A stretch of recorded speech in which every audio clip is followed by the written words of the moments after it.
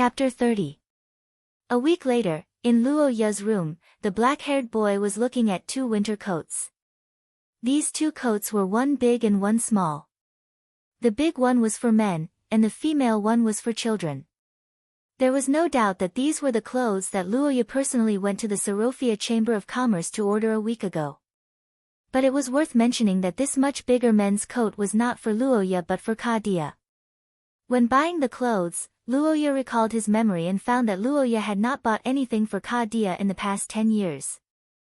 Thinking of this, Luo Ya, who happened to make a profit, paid for a coat out of his own money to express his gratitude to his cheap father. Due to the transaction between Luo Ya and Alvin, the branch president paid a lot of attention to Luo Ya's affairs. The clothes that were originally planned to take half a month to complete were delivered in a week. Of course, Luo Ya did not go to the extent of checking the clothes. In fact, he was looking at the golden piece under the clothes. Gold coins, or the final payment of the transaction a week ago, were a total of 20,000. A week ago, after Luo Ya got the deposit and returned home, he opened the box and spent money on the spot. He used the system to exchange for Sanswoma's Requiem lamp. It was a strange oil lamp that seemed to be made of mud. It was brownish-black and the flame was pure white. He did not know what the dark red lamp oil was made of. After igniting it, there was a strange feeling of calmness. Luo Ya handed the Requiem lamp to Alvin the next day. After a series of tests, the president was overjoyed, claiming that the treasure brought by Luo Ya perfectly met or even exceeded their standards. Alvin, who thought that this was the heirloom of the Akot family, was glad that he was decisive yesterday. His attitude toward Luo Ya was closer, and he said that he would find a way to secretly send the final payment as soon as possible. Well, it's really fast. Luo Ya grabbed a handful of gold coins and marveled at President Alvin's speed. Considering that the item probably had to be sent to the headquarters of the Rosetta Sorofia Chamber of Commerce, and then they had to contact the buyer to pay the balance, 1 week was simply too fast.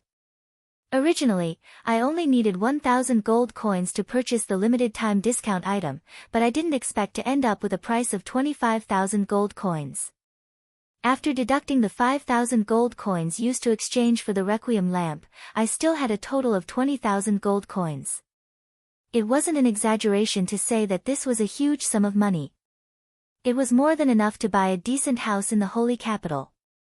The Akot family was one of the 5 great noble families. If their territories and other assets were included, their assets would be close to 10 million gold coins. However, these were all fixed assets. Just like how no noble would sell their city walls, the money they could take out directly was probably only a few 100,000 to 1,000,000 gold coins. From the looks of it, Luo Ya could be said to have reached the wealthy class in one step. Unfortunately, no matter how much money he had, in order to become stronger, he had to become a rich sow of the system. Thinking of this, the money grubber Luo Ya's heart was filled with sorrow. However, as the saying went, there were gains and losses.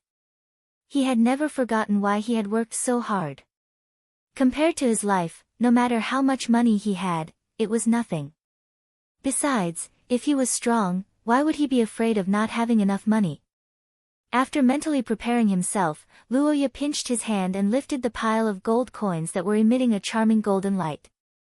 He put the 2 money boxes into his storage cabinet and sent the clothes to Ai Lizi and Dia first. Not to mention anything else, it was important to first gain a wave of favorability. Besides, Dia was on leave today. If he didn't send the clothes to her, he would have to wait for another week. Luo Ya first went to Ai Lizi's room. Today, the girl had an etiquette class, which was slightly exhausting. At the moment, she was resting. Luo Ya's arrival made Ai Lizi smile immediately. "Good morning, elder brother." Ai Lizi, who had just finished her etiquette class, gave a dignified and elegant salute. Her cute appearance made Luo Ya couldn't help but smile. "Good morning, Ai Lizi. You must be tired from class. This is for you."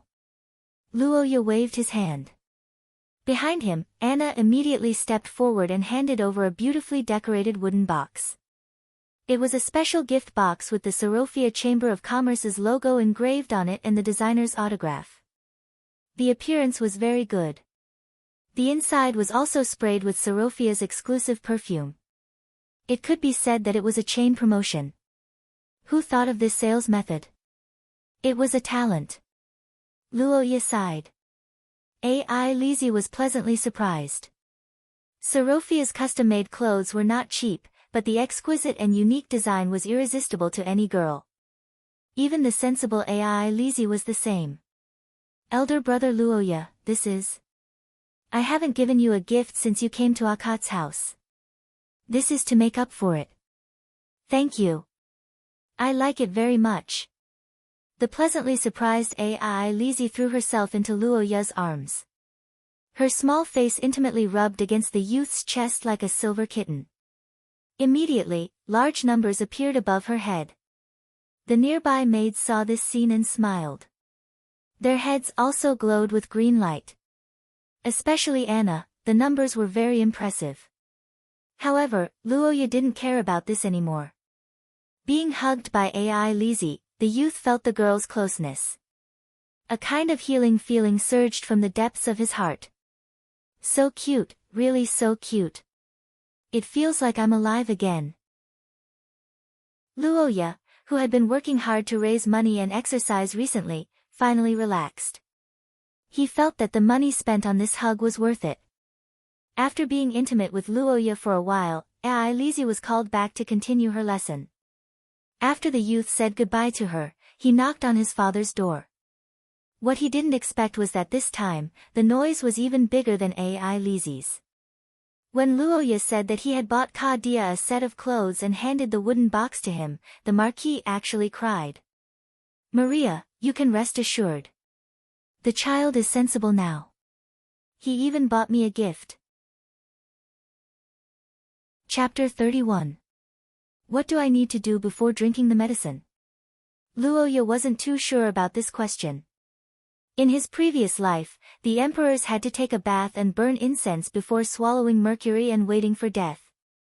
However, in this world, these steps did not seem to be necessary. This medicine was so dark that no god would dare to bless it. Besides, this medicine was both a strengthening agent and a buffering agent. It obviously had the smell of black technology. Forget it, I'll just drink it. Luoya held the BLO physique modifier type 2 that he exchanged for with 1,000 gold coins. It looked black like oil. He glanced at the slightly better-looking dark blue BLO high-heat buffering agent. He opened the lid and slowly poured the two into the glass. What surprised Luoya was that the black oil was very smooth. On the other hand, the dark blue buffering agent was very slow. It was like jelly. After the two were mixed together, they started to bubble. Luoya followed the system's instructions and observed the color. Let it sit until it turns brownish red before drinking, Luoya muttered the standard and sat down to wait. Time passed slowly. After about 10 minutes, the liquid in the glass finally turned brownish red. The bubbles disappeared. Luoya picked up the glass and smelled it. He actually smelled something like orange juice. System, is this considered complete? Can I drink it? Scanning item, color matches. Reaction is sufficient. Confirmed consumption. That's good. But this texture is similar to milk, but it's orange. It still feels weird. Forget it, cheers. After the system confirmed, Luoya shook the glass twice and gritted his teeth. Then, he raised his head and poured the 1,000 gold coin worth of the medicine into his mouth. It felt a little sticky and had a weird taste. But there was indeed a faint orange taste. The temperature was normal. This was probably Luoya's impression of this expensive medicine. But as the saying goes, don't look at the taste but look at the effect. After drinking the medicine, Luoya closed his eyes and felt his body. Then, he didn't find anything strange. What's going on? Where's the promised power? System, isn't there any reaction? 1,000 gold coins can't even make a sound. Ugh! Halfway through his sentence, the young man's body trembled. Suddenly, he felt a scorching heat spreading from his stomach to his body. In just a few seconds, it had spread throughout his entire body. Luoya could feel that his body temperature was rapidly rising. Due to the high fever, his brain was also beginning to become groggy.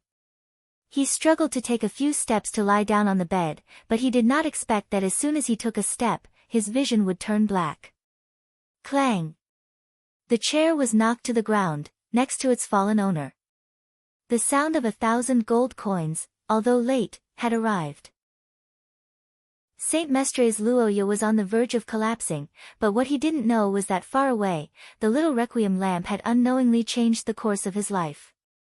It works. It really works. In a pitch-black room, a brown-haired middle-aged man was sitting on the main seat. On the table in front of him was a rustic oil lamp made of an unknown material. The oil lamp had already been lit up. The white light that was completely different from ordinary oil lamps illuminated the surroundings. For a moment, the exquisite hanging paintings, the priceless ancient books, and the flame-patterned grim collar wood were all revealed in the light. The light also illuminated the excited faces of the group in front of the table.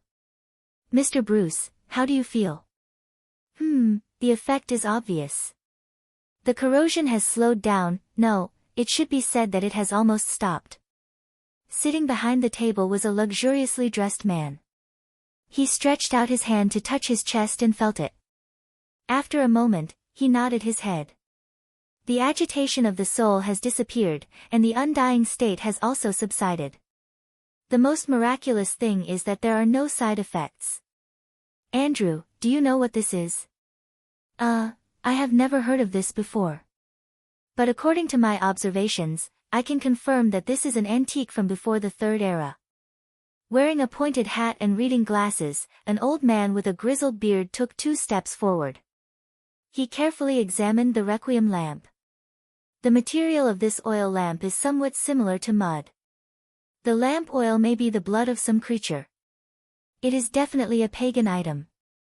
But from the fact that there are no side effects, it should not be an evil item. It probably came from a civilization that disappeared in the Second Era. Can it be replicated? Chapter 32. Luoya had a dream. In the dream, he seemed to have been tied up by cannibals. First, he was put into the fridge, and then he was pulled out of the fridge and thrown into the frying pan. The heat was unbearable. Perhaps Luoya was thick-skinned, but after being thrown into the frying pan, he was sent back into the fridge to be frozen. After coming out of the fridge, he was thrown into the frying pan again. In the end, Luoya's consciousness was a little blurry. Only when he heard Diandian's crying did Luoya gradually wake up. He slowly opened his heavy eyelids and saw a luxuriously decorated ceiling. "This place is, Brother Luoya, you're finally awake." "Woo-woo, ai Lizzie." The youth turned his head with some difficulty and saw a young girl throwing herself at him. When ai Lizzie realized that Luoya had woken up, she cried loudly in his arms. No matter how hard he tried to persuade her, she couldn't stop crying. On the other side, when Anna realized that Luoya had woken up, she happily shouted to pass on the news. "Young master is awake." "That's great, I'll go inform master." The servants passed on the news. Not long after, the sound of running could be heard. A figure rushed in from the door. It was actually Kadia. "Luoya, you're finally awake. Do you feel any discomfort?" I don't feel any discomfort. I just feel a little weak." That's good, that's good." Kadia sighed in relief and nodded. Luoya comforted ai Lizzie and chatted with his father for a while. Only then did he find out that he had slept for 3 days. No, to be precise, he had been sick for 3 days. 3 nights ago, the maid Anna was the first to discover Luoya lying beside the chair. At that time, his whole body was feverish and unconscious. Seeing this situation, Anna hurriedly reported it to Kadia. The Marquis, who was trying on clothes in the room, was shocked when he heard the news. Since then, he began to treat Luoya's temperature for 3 consecutive days. During this process, Luo Ya's cup and container were found. Ka Dia examined them and found that there was a kind of curse potion left in them. Thinking that someone wanted to assassinate his son, the Marquis completely sealed off the mansion and was ready to use spells to track down the real culprit. There's no need for that. No one harmed me, I drank it myself. Luo Ya, who realized that things had gotten out of hand, hurriedly confessed. He said that he had accidentally found a set of medicine in the storeroom. The label was to strengthen the body. He had been practicing his swordsmanship hard recently, and in order to improve faster, he drank the medicine in a hurry. Luo Ya's words made everyone in the mansion heave a sigh of relief. Ka Dia, who realized that Luo Ya had asked for it, sternly reprimanded him. The things in the storeroom were left behind by generations of ancestors. How could you drink it indiscriminately? Moreover, many of the potions have a time limit.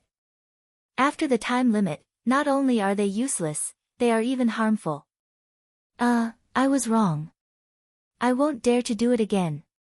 He didn't expect that the golden partner would make Luo Ya bow his head and admit his mistake with a good attitude. Ka Dia didn't pursue the matter and left after a few words of advice. After dealing with Ka Dia, Luo Ya turned his head and began to appease Ai Lizi. Brother Luo Ya, I understand your thoughts, but please don't do this again. If the family needs extraordinary strength, although it may be useless, Ai Lizi will work hard. The silver-haired girl, who saw through Luo Ya's thoughts, said with tears streaming down her face. The boy's face stiffened, and he couldn't help but mutter in his heart. No, you're underestimating yourself. If you're useless, then there aren't many things in this world that are. Luo Ya, who was complaining in his heart, affirmed Ai Lizi's thoughts and promised that he wouldn't do such a thing again. Hearing these words, the girl's tears turned into laughter. The two of them stuck together for a while before separating. Luo Ya's serious illness made everyone in the Marquis mansion nervous. At the same time, it also made him feel for the first time that the few months of effort he had put in to recover his memories of his previous life had paid off. Ka Dia was his biological father, so there shouldn't be any changes. However, Ai Lizi's behavior was very different from the game's storyline. If it was the Luo Ya of the past, Ai Lizi would at most greet him politely, without any emotional fluctuations in her heart. She wouldn't cry and wet his clothes. Young master, you've just recovered from a serious illness. Please change your clothes. Okay. Luo Ya, who was rubbing his chest, responded and took off his clothes and handed them to Anna. The maids were the same.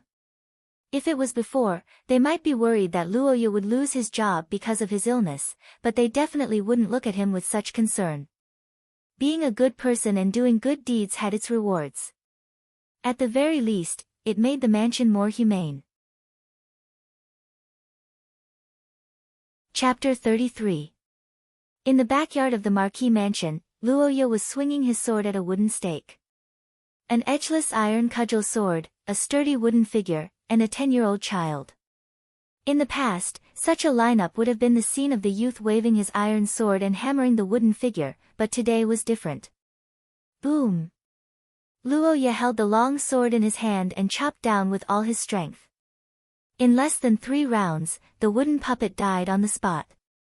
The broken wooden stubble scattered all over the ground. Even the ordinary iron sword used for practice was slightly crooked. Without a doubt, killing a wooden puppet in 3 strikes was definitely not something an ordinary person could achieve, not to mention using an unedged sword. It was already very good for an ordinary person to be able to split the wooden puppet in half. This is Source Rank 6, the system's evaluation of E rank. After completing the magnificent feat of destroying the wooden puppet, Luo Ya sheathed his sword and stood there. He felt the difference between the magical elements in his body and a few days ago. A week ago, Luo Ya spent a lot of money to exchange for a physique-improving medicine from the system. After taking it, he had a high fever and fell into a coma for 3 days. After waking up, he was forced to recuperate by Ka Dia, who was concerned about him. Thus, after recuperating for 3 days, Luo Ya regained his freedom and had time to test his progress.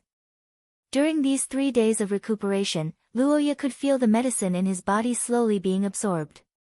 The proof was that his spirit was getting stronger day by day. Sometimes, he could not sleep at night. Moreover, his 5 senses had become much sharper, and his reaction speed had also been strengthened. Until this morning, when Luoya checked his status and found that the system's evaluation of him had reached E rank, he could not wait to test his skills. It had to be said that it was very fierce. If this sword was unedged, it might cut a person in half if they were not wearing any equipment. Luoya felt that this kind of strength was enough to go up the mountain and fight a tiger. However, although he said this, Luoya was not too proud. After all, the improving medicine only strengthened his physique and potential. Jumping directly to E rank was already the limit for a powerless guy like him. Deepening the degree of mutation of his body and advancing to source rank 5 was still up to him. Sigh, I might have to think of a way to raise money again. The youth thought of the 2 chests of gold coins he locked in the cupboard and shook his head. This was the first time he felt that he was really poor since his reincarnation. After all, there were very few geniuses like AI Lizzie. As the female lead of the game, she and Noah Iyer could both level up quickly. Due to their high-level bloodlines, they both had unique abilities that made it easier for them to practice. Although AI Lizzie was usually very obedient and would do whatever Luoya asked her to do, in fact, AI Lizzie should be stronger than the previous Luoya. Even if she was younger by 2 years, her talent in curses was still on par with Luoya. Of course, AI Lizzie was lacking in physical attack power. Her strength was in her recovery ability. Luoya was the traditional strong person who could create miracles, but his recovery ability was very average. After testing his body's abilities, Luoya started on the next project. After a long time, he once again picked up the spell book and began to advance the progress of his curses that hadn't been improved for many years.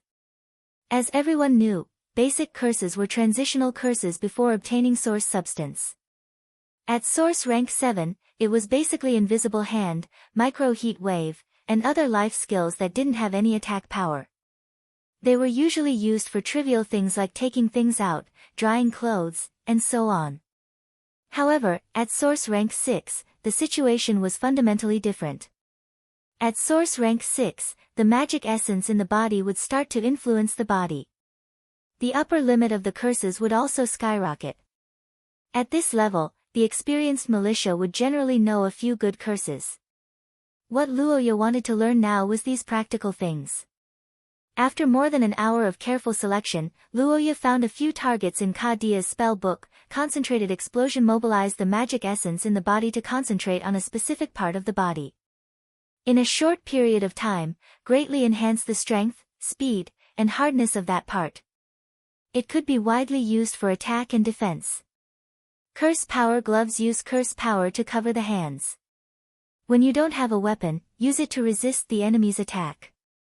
The hardness of the curse power gloves was related to the nature of the curse power and had nothing to do with the amount of magic essence used. Balanced breathing, a special breathing technique.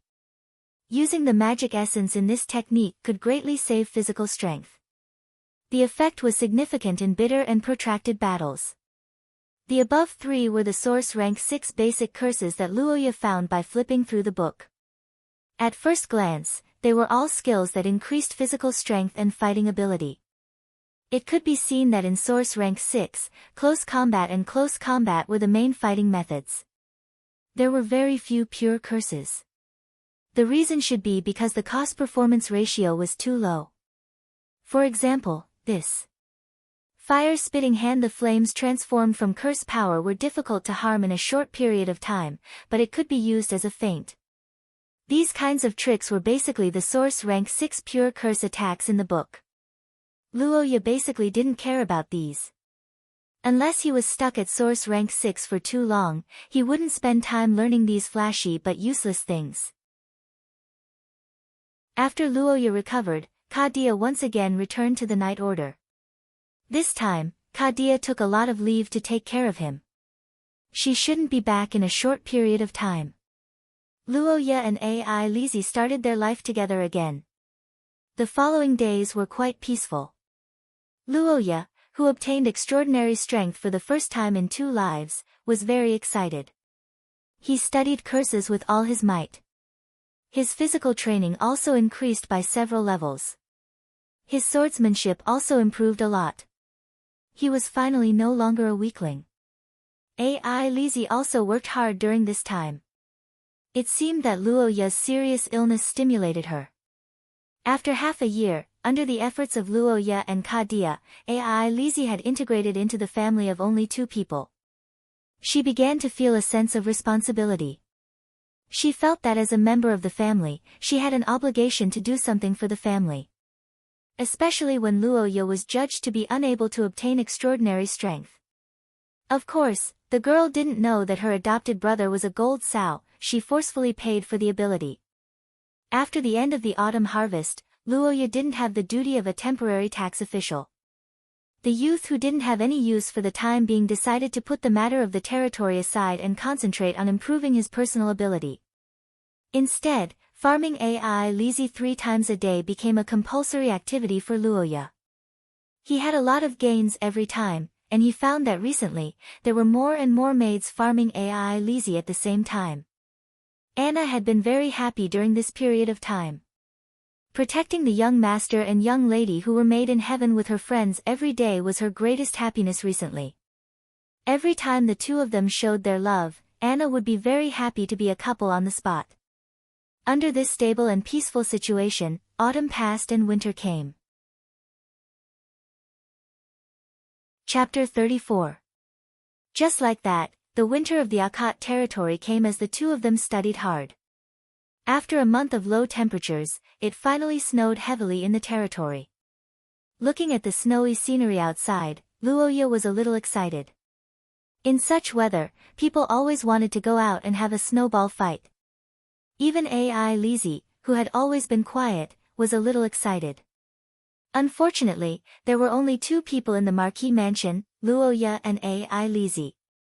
Luo Ya couldn't bring himself to have a snowball fight, so the 2 of them had no choice but to make a little snowman. As the saying goes, a timely snow indicates a good harvest. This year's snowfall would become a spring water source to nourish the earth. Therefore, Luo Ya and Ai Lizzie weren't the only ones who were happy about the snowfall. The farmers in the villages outside the city were also happy. The snow continued on and off for a few days. After it stopped, Kadia finally found a chance to go home. Recently, the Marquis seemed to be very busy. Even when he returned to Akat City, he didn't stay idle. In the limited time he had, he led the militia and soldiers into the mountains to start a winter hunt.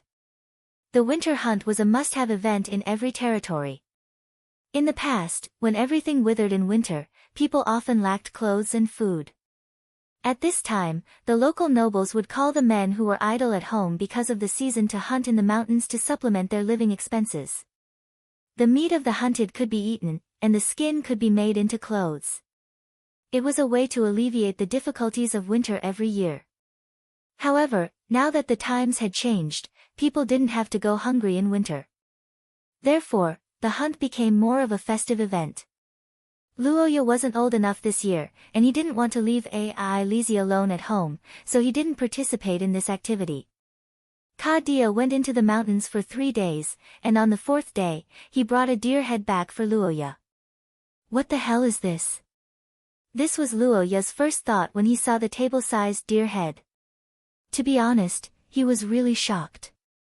The deer head that Kadia brought back was comparable to the elephant head in Luo Ya's previous life. Not only was it big, but it was also very ferocious. The first was the teeth. The 3 rows of sharp teeth were obviously not herbivores. The second was the antlers. This giant deer's antlers were grayish-black at the base, and the top was bright red like blood. In the dark, it even emitted a little blood-red light. Even though Luo Ya was already dead, he still felt a deep sense of oppression. It could be said that its appearance was very ferocious.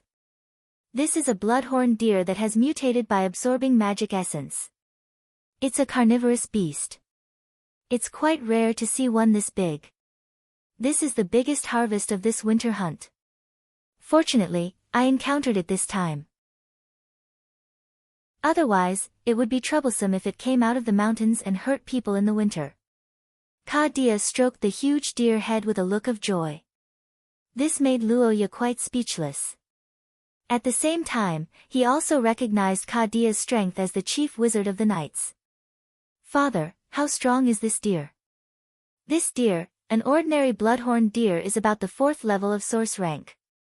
This one is too big, and the curse on its 2 horns is also very strong, so it should be close to the 3rd level of source rank.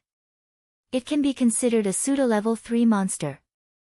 So it's like this, I understand. Luoya looked at Ka Dia with a little deep meaning. Although his father never talked about his strength, judging from this incident, even if there were soldiers cooperating with the encirclement and suppression, he should be at least above the 3rd level of source rank.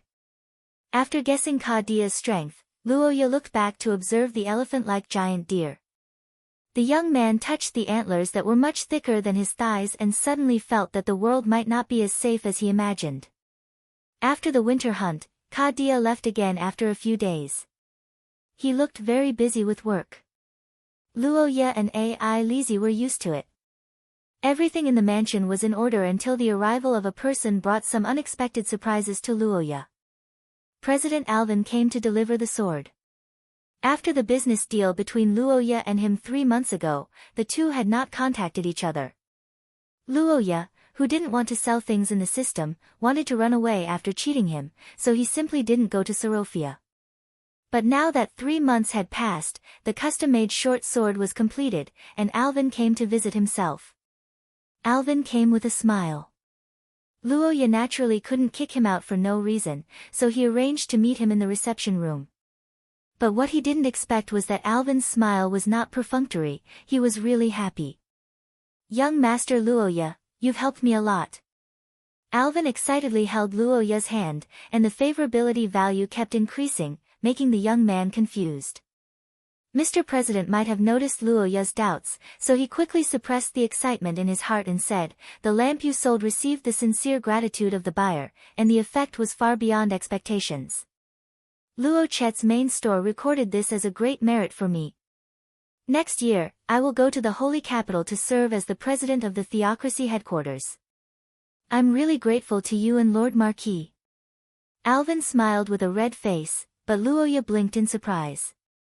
He didn't expect that a lamp could let Alvin directly become the president of the theocracy headquarters. This was a real important position. Wait, it seems that the effect of this lamp is beyond imagination.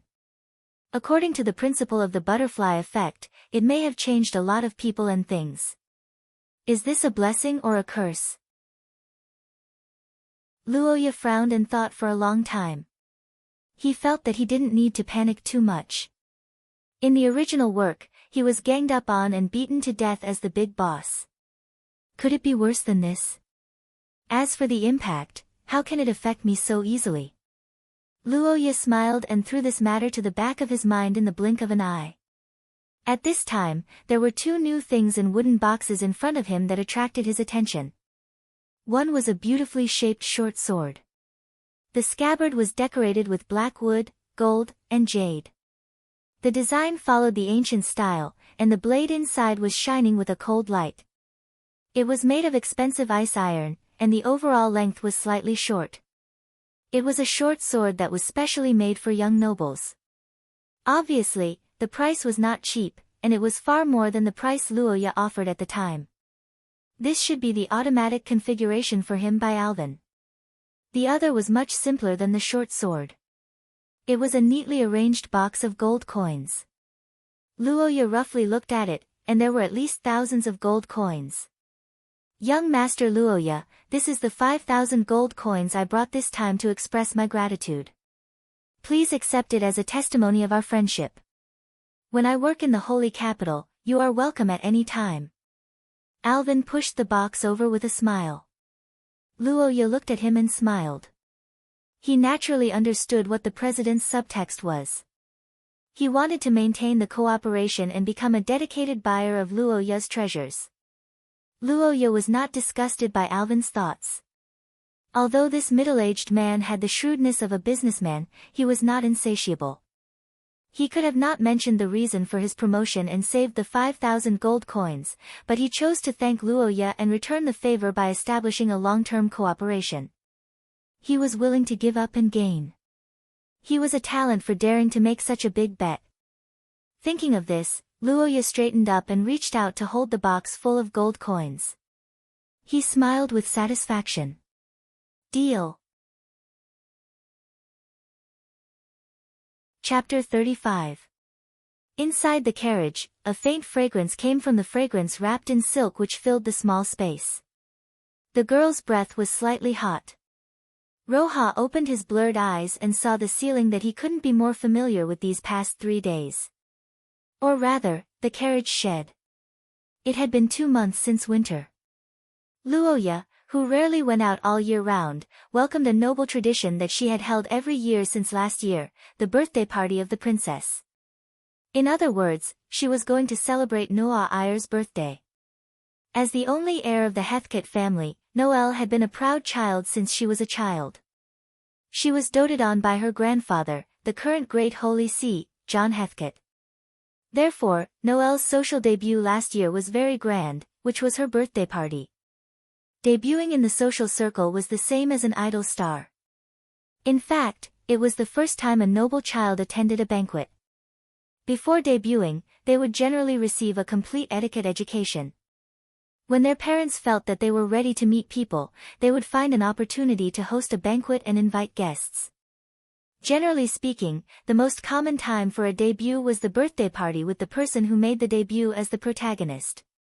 It could be said that it was killing 2 birds with 1 stone. At the beginning of this year, the Ackett family also held a birthday party, which was quite grand.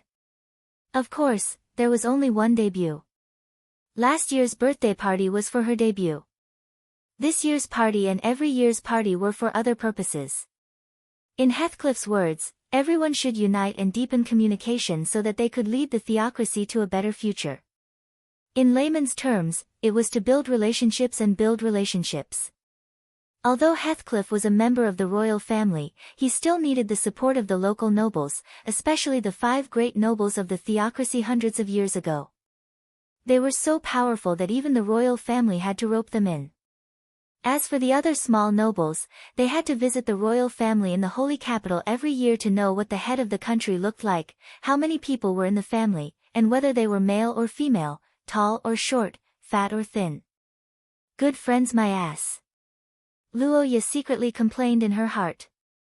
She sat up and looked out of the small window of the carriage.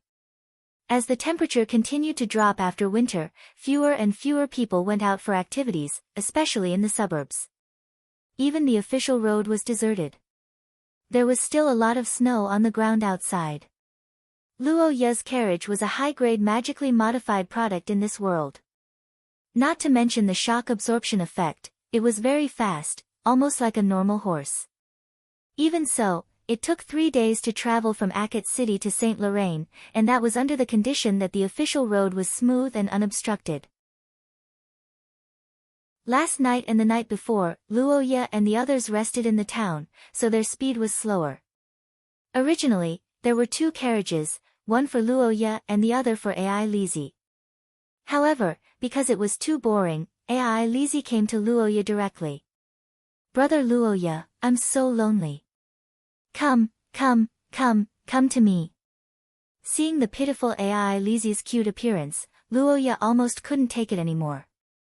The 2 chatted, played chess, and played cards to make time pass a little better. When they were tired, they would lie together to rest and sleep. However, even so, after 3 days of riding in the carriage, Luoya was a little restless.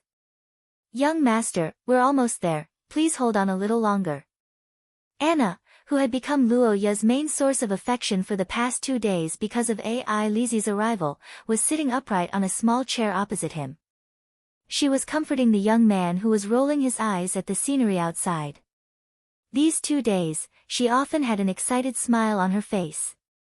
Even after 3 days, she was still full of energy. I'm afraid that St. Lorraine is now full of nobles. Where are we going to stay? The Ackett family has property in the holy capital. It was bought by the previous head of the family, and there have always been people cleaning it. I see. After hearing Anna's words, Luoya was relieved. The two chatted in a low voice. After more than an hour, the carriage driver outside reported that they had finally arrived at the holy capital after a 3-day journey. Saint Lorraine, as the headquarters and front of the Heathcliff family, was quite majestic. This could be seen from the city walls. The walls of Saint Lorraine were more than 10 meters tall and were made of huge blocks of stone. They were white in color and gave off a refreshing and holy feeling. The soldiers walking on the walls were fully equipped with armor and looked very good. Of course, this was only the appearance. Although the walls were tall and deep, Saint Lorraine had never experienced an invasion in its history. This was because this was the holy land of the Church of the Primordial Goddess, or Shia's followers. The followers of Shia had a widespread faith in the entire human society, so even if there was a rebellion, no one would attack this place. How strong were the soldiers who had never experienced war? There were many examples of this in the history of his previous life. In any case, Luoya felt that the strength of these people was quite questionable. The carriage drove on the road, and the tall walls were getting closer and closer.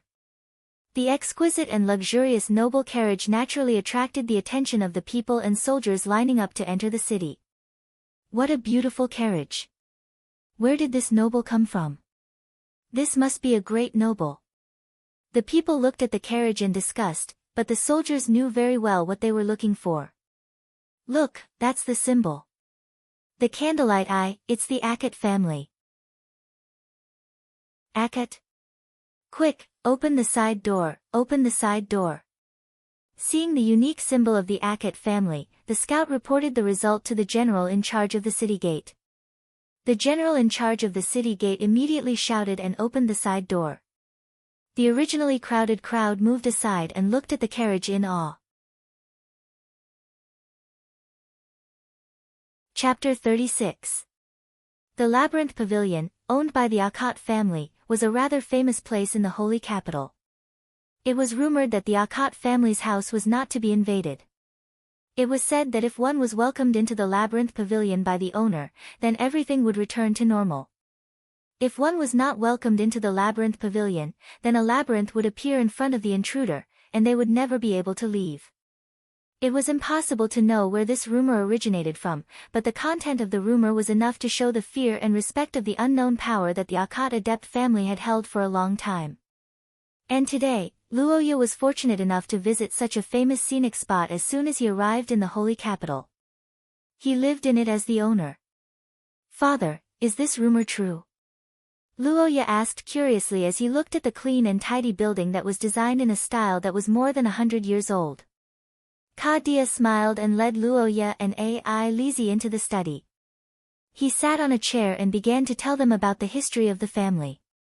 This mansion was built by the head of the Akat family 3 generations ago, my grandfather, Ponte Akat. It has a history of more than 170 years. Through Kadia, Luoya, and Ai Lizi heard about a history that was only recorded in the history books. Almost no one knew about it anymore. About 200 years ago, the royal family of the Saint Mestre cult, Heathcliff, gave birth to a pair of twins. The boy's name was Vader Heathcliff, and the girl's name was Wei Dualia. Both siblings were gifted and had broken through to the 4th level of the source rank at a young age, becoming advanced extraordinary. Originally, this was a good thing for the Heathcliff family, but unexpectedly, Princess Wei Dualia discovered that her brother Vader was connected to an evil cult. As the successor to the Holy See, Vader was involved with a cult. This matter could be said to have subverted everyone's worldview. If it had been anyone else, they would have made this matter public immediately. However, the intelligent Wei Dualia did not do so. Wei Dualia knew that as the second-in-line successor to the throne, her identity was too sensitive. If she acted rashly, not only would it be useless, but she might even be labeled as a traitor. After careful consideration, she told Ponte, who was her spell teacher at the time, about this matter. After a series of verifications, Ponte believed Wei Dualia's words. The two of them began to gather evidence, preparing to expose Vader's true colors when the current Holy See returned from the faraway empire. Unexpectedly, Vader was so meticulous that he actually discovered Wei Duolia's plan. Thus, a bloody civil war began, known as the March Rebellion. At that time, 3 of the 5 aristocratic families were on Prince Vader's side, while the other remained neutral in order to protect themselves. Wei Duolia only had the Akhet family and Ponte's army behind her, so the situation could be said to be very unfavorable. The two sides confronted each other with the central avenue of Saint Lorraine as the boundary, launching an offensive and defensive war that lasted for a month. Under the combined suppression of the 3 aristocratic armies, Prince Vader's faction, and the cult, even with Ponte's help, the princess's army was still defeated. The situation at that time was indescribably tragic. The holy capital was littered with corpses, and even the heavy rain could not disperse the thick stench of blood and corpses. During the battle, Wei Duolia and Ponte were both seriously injured, and the reinforcements they asked for were also blocked outside the city. In a desperate situation, Ponte could only rely on his family's treasure to completely turn the surrounding area into a maze and hid with Wei Duolia. It was said that the enemy sent nearly 10,000 people to charge into Rock Street where the 2 of them were hiding, but not many people were able to walk out of the foggy street again, let alone find them. This situation lasted for nearly 2 weeks, and it was in these 2 weeks that the history of the theocracy was changed. At that time, Wei Duolia's messenger broke through many obstacles and successfully met with the Great Holy See outside. When the Great Holy See heard that Vader had fallen into the cult and killed his sister, they turned pale with fright and hurriedly rushed back from the Empire, finally managing to make it back before the maze was breached. And this maze was the place where Wei Duolia and Ponte were hiding at that time. A fragment of the treasure was still preserved in the house, so it had some magical functions. What happened after that? What happened after that? Luoya, who was cut in half halfway through the story, was very upset and anxiously asked about the ending. Ai Lizzie also looked at him curiously. Dia smiled and said, "The rest is left." Prince Vader was defeated and arrested by the Great Holy See who returned, the cult was uprooted, and the 3 noble families were punished.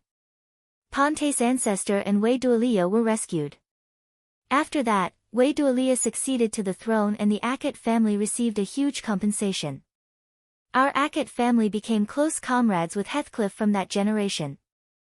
Dia's words made Luoya and Ai Lizzie smile.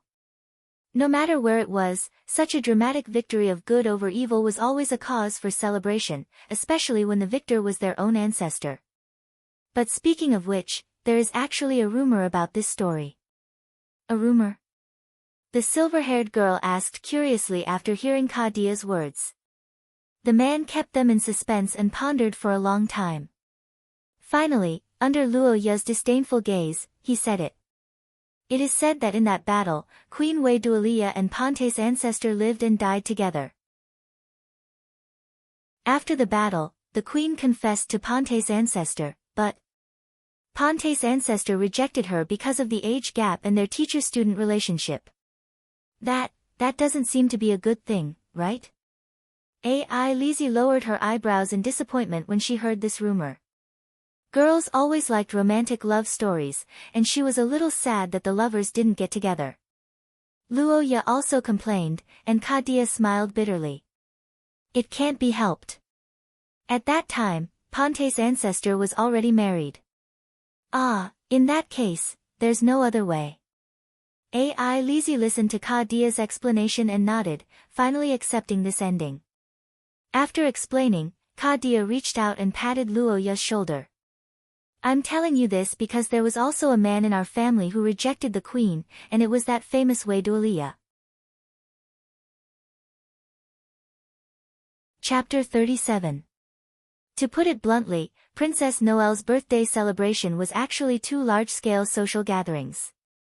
One was naturally for the nobles who came, and the other was for the children they brought along.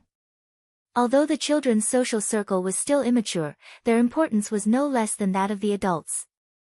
Whichever faction they belonged to when they were young, they would follow that faction when they grew up. Families with good relationships would require their heirs to form a group from young. Therefore, this birthday celebration was also quite important for a child like Luoya. Since he was absent last year, he was naturally at a disadvantage. Furthermore, there weren't many nobles under Marquis Akate, and even fewer children, so the situation seemed quite grim. Luoya, try to make new friends. If you can't make any, don't force it. Katia warned Roha as they walked out the door, serving as a precaution. When the Marquis was young, he didn't have many friends due to the notoriety of the Akate family's magi. He himself didn't like to form cliques, so considering this, Roha might not be too happy at this banquet. It's fine, father. I don't care about these things. Ai Lizzie, once you enter, just follow your big brother Luoya. Yes, I will. The silver-haired little girl raised her head and answered obediently. But when she lowered her head, the smile on her face gradually disappeared, and her expression carried a hint of uneasiness. Is she nervous? It's rare for Ai Lizzie to be like this. Luoya looked at the little girl and blinked his eyes, then opened his mouth to comfort her. Ai Lizzie. It's fine, just follow me. Yes, I understand, big brother. Hearing Luoya's comfort, the little girl forced a smile, suppressed the fear in her heart, and tried hard to dispel the shadow of the past. It's fine, I'm already a member of the Akate family, and big brother Luoya is here. As the saying goes, clothes make the man, and gold makes the Buddha. Most of the noble families in the theocracy naturally needed to dress up and attend this grand event. However, this wasn't enough. The nobles didn't only compare people, but also cars. Outside Heathcliff's manor, the usually quiet street was now crowded with carriages with exquisite decorations and emblems. Marquis Kadia took the opportunity to help Luoya and Ai Lizzie identify the emblems one by one. The emblems were the emblems of the other 4 noble families. That grizzly bear emblem belongs to Marquis Bafas of the Northern Territory. Their territory is located in the northernmost part of the theocracy. The people there are tough, and the winters there are much colder than here. The Golden Bird family emblem on our left is the House of Duke Lusen. They are the only house of Duke in the theocracy, and their family heads have always been conservative and neutral. The tiger family emblem in front is the House of Earl Eric. They used to be marquises, but they were demoted to counts because they strongly supported Prince Vader during the March Rebellion. However, because they are located at the border, their military strength has always been strong. The one in front of all the carriages is Marquis Wester. Their family emblem is a windchime flower. In recent decades, they have been on the side of the Heathcliff family. They are considered one of the royal faction, but they are not very firm. Kadia introduced the noble families one by one, and Luoya listened attentively, so the two didn't notice the haze that flashed across Ai Lizzie's face when the tiger family emblem was mentioned. The carriages in the queue entered the manor one by one as the gates opened. Luoya was lucky enough to see the beautiful scenery of the royal manor for the first time. Because it was winter, there were no fountains or lawns, but the style of the pavilions and terraces were quite attractive. The gardeners carefully trimmed cedars and other winter plants to bring some color to the courtyard. Luoya and the others got off the carriages and entered the building with the invitations. The servants handed the gifts to the staff of the manor. The interior of the manor was luxurious. There were crystal chandeliers, famous paintings, and everything else. Luoya stepped on the soft carpet and looked around. The style of the building was somewhat familiar. Doesn't it look familiar? This manor has been built for more than 100 years, so the style is somewhat similar to our family's labyrinth. Kadia revealed the mystery to the 2 children who were looking around.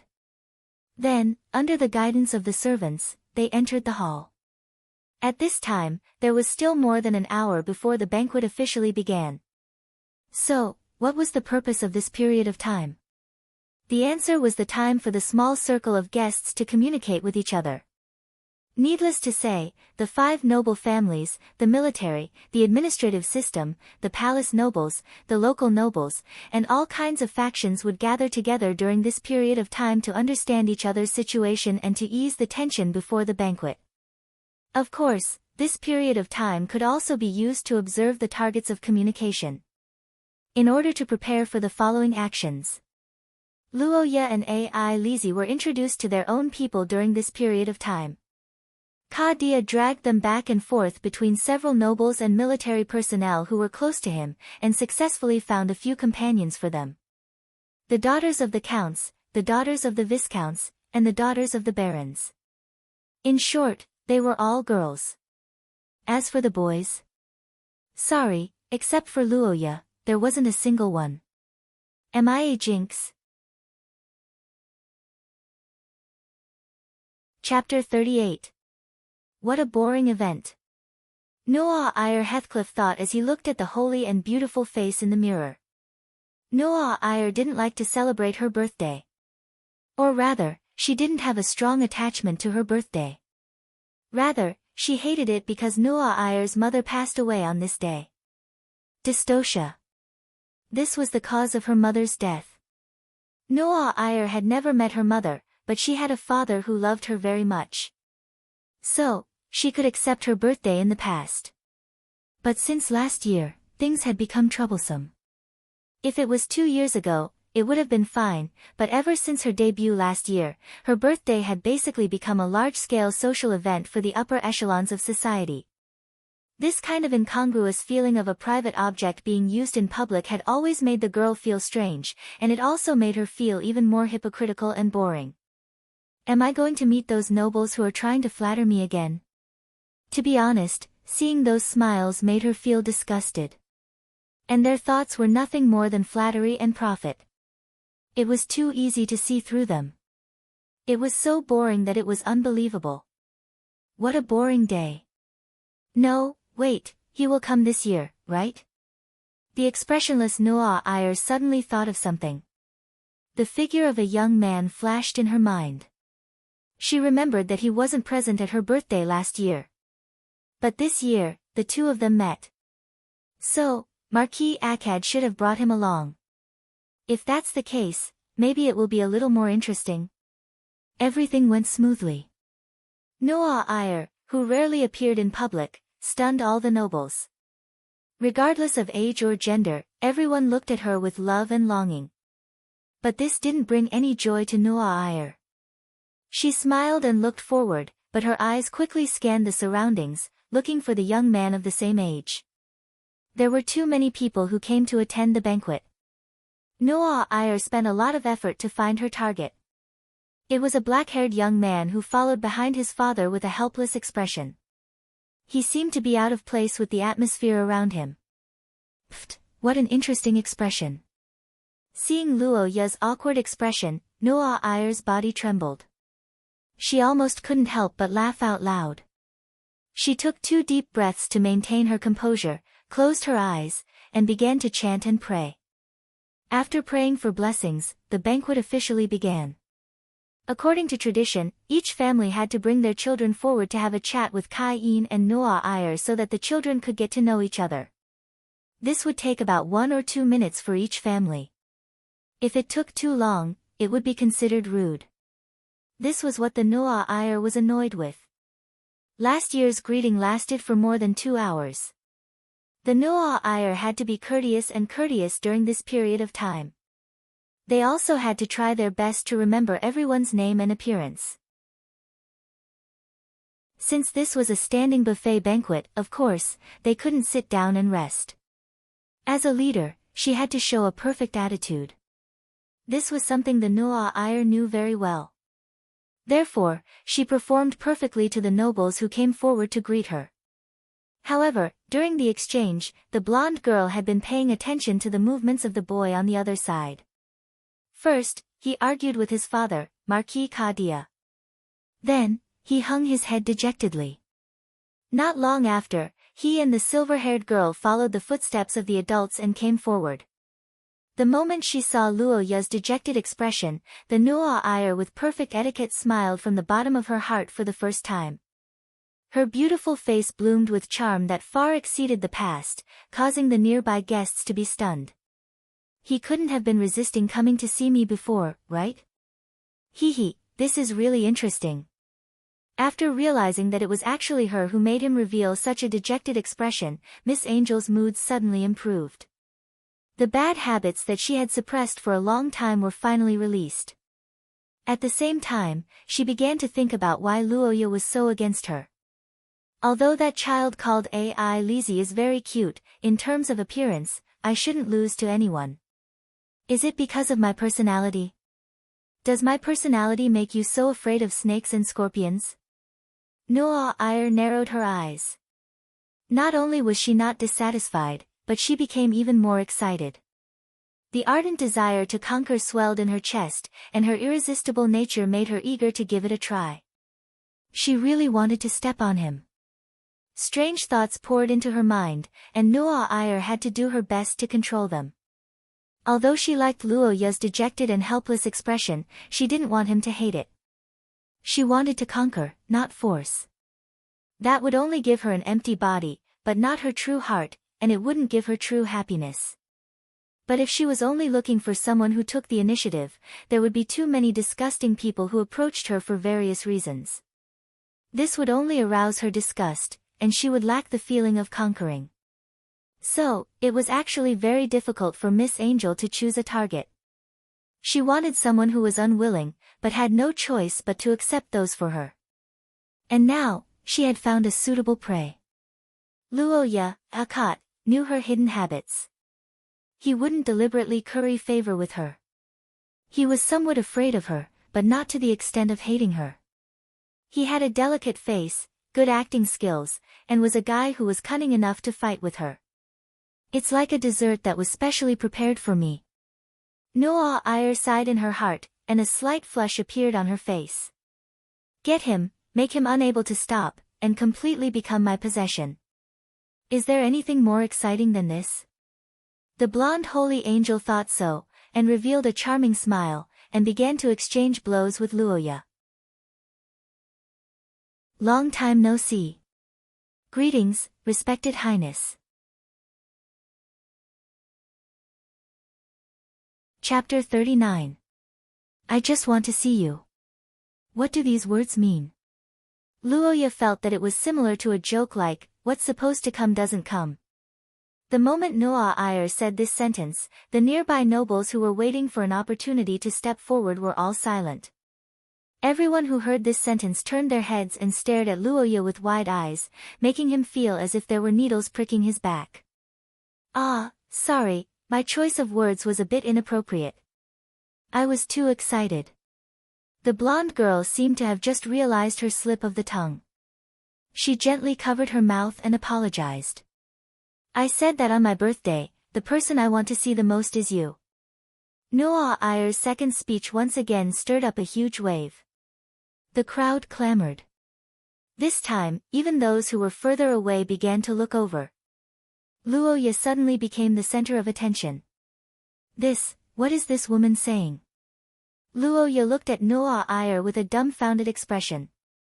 He couldn't figure out what was wrong with her. The two of them had only met once. Why did she speak as if they were lovers? After Noah Iyer finished speaking, she quietly looked at Luoya with a smile. Her blue eyes seemed to be flashing with a hint of playfulness and excitement. However, how could this escape Luoya's eyes? Fuck. This woman is doing it on purpose.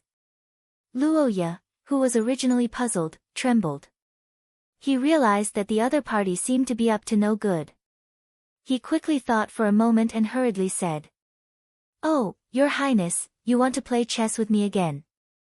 I understand. If there's a chance, I'll be happy to accompany you. Luoya, who was cornered, saw that the situation was not good. He hurriedly said such a sentence, causing the surrounding people to sigh in relief. What, it's just a chess game. I thought it was some explosive gossip. Luoya's explanation caused the crowd to lose interest. They began to turn around and continue their conversation. However, what Luoya didn't expect was that Noah Iyer didn't want to let him go. Chess. Well, that is indeed very interesting, but more importantly, the one playing chess with me is you. The young girl narrowed her eyes and said innocently. Her words aroused the emotions of the audience. Even Kai-in and Ka-dia looked at Luoya in surprise. You bastard. Noah Iyer, what the hell are you doing? How could this line be said so casually? Confess in public? Luoya didn't want to attract attention and only wanted to live in silence. She didn't want to have anything to do with this masochist. However, things didn't always go according to one's wishes. After Noah Iyer's actions, others would definitely think that the two of them had a deep relationship and couldn't be separated. Luoya, who was complaining bitterly in his heart, became anxious. He didn't know how to open his mouth for a while, but he didn't expect that at this critical moment, a figure would stand out. Your Highness Noah Iyer, it has been a long time since we last met. It was a pleasant chat with you last time, but could you please stop teasing my elder brother? The silver-haired young girl took a step forward and gracefully bowed. Her unique sense of elegance and arrogance was like a clear spring, causing all the nobles who looked over to be amazed. Ai Lizzie, well done. Luoya, who received support, was wild with joy. He didn't expect Ai Lizzie to intervene at this critical moment. However, why did the usually introverted Ai Lizzie suddenly stand out? Moreover, she didn't seem too happy and aggressive. Could it be, she also hates Noah Iyer? TSK, no wonder. Should I say that we are indeed siblings? Our likes and dislikes are the same. We are really born to be siblings. Luoya, who had a strong ability to understand, sighed. The sibling relationship was more important than anything else, unlike a certain father who was only watching the show with great interest. The youth secretly slandered Kadia at the side, while Ai Lizzie completely clashed with Noah Iyer. The golden-haired young girl narrowed her eyes slightly and met the silver-haired, red-eyed Ai Lizzie's eyes. Both of them seemed to understand each other's thoughts in an instant. This young girl actually likes her own sworn brother. Chapter 40. Today's banquet made Luoya realize one thing: the Heathcliff family was not only powerful, but also rich. For example, although the food on the table was just for the nobles to fill their stomachs, and no one would really eat to their heart's content, these half-eaten and half-thrown things were actually rare delicacies. The blood-eyed spotted birds of Sharon Forest had delicious meat and were rare in number. Rumor had it that they were the werewolf scouts and were currently nesting in their dinner plates. The paper crabs of the northern sea had thin skin and overflowing crab roe and crab paste. In addition to the meat, the remaining fruits were also very precious. The wine was also aged for more than 20 years. It could be said that the taste of the food was at its peak. Luoya did not know how good the chefs of the Wang family were, but the ingredients were enough to make him jealous. As a foodie from the Celestial Empire, these dishes were far more attractive than those of the nobles. No matter how important it was to socialize, could it stop the main character from killing him 10 years later? If it couldn't stop them, then it was better to eat something good now. Luoya thought as he cut some food to feed Ai Lizzie. In this place, there were no servants, so he could only take care of Ai Lizzie, who could not use a knife and fork. This was also the reason why Kadia asked him to bring Ai Lizzie to dinner. However, Luoya did not expect Ai Lizzie to reject him. Brother, I am not that hungry. I'll just drink some juice. The silver-haired girl blushed. She naturally wanted to accept Luoya's kindness, but she could not let Luoya feed her in public like a servant. This might damage Luoya's dignity. Compared to her beloved brother being laughed at, Ai Lizzie would rather starve. I see. Then, I'll get you a cup. It's okay, brother. You don't have to take care of me. I'll go chat with the girls from before. Oh, okay. Luoya thought about the daughters of the nobles who were close to the Akat family. After thinking for a while, he nodded. After all, this was a rare opportunity to make friends. Ai Lizzie, who had been with Luoya all year round, didn't need to follow him at this time.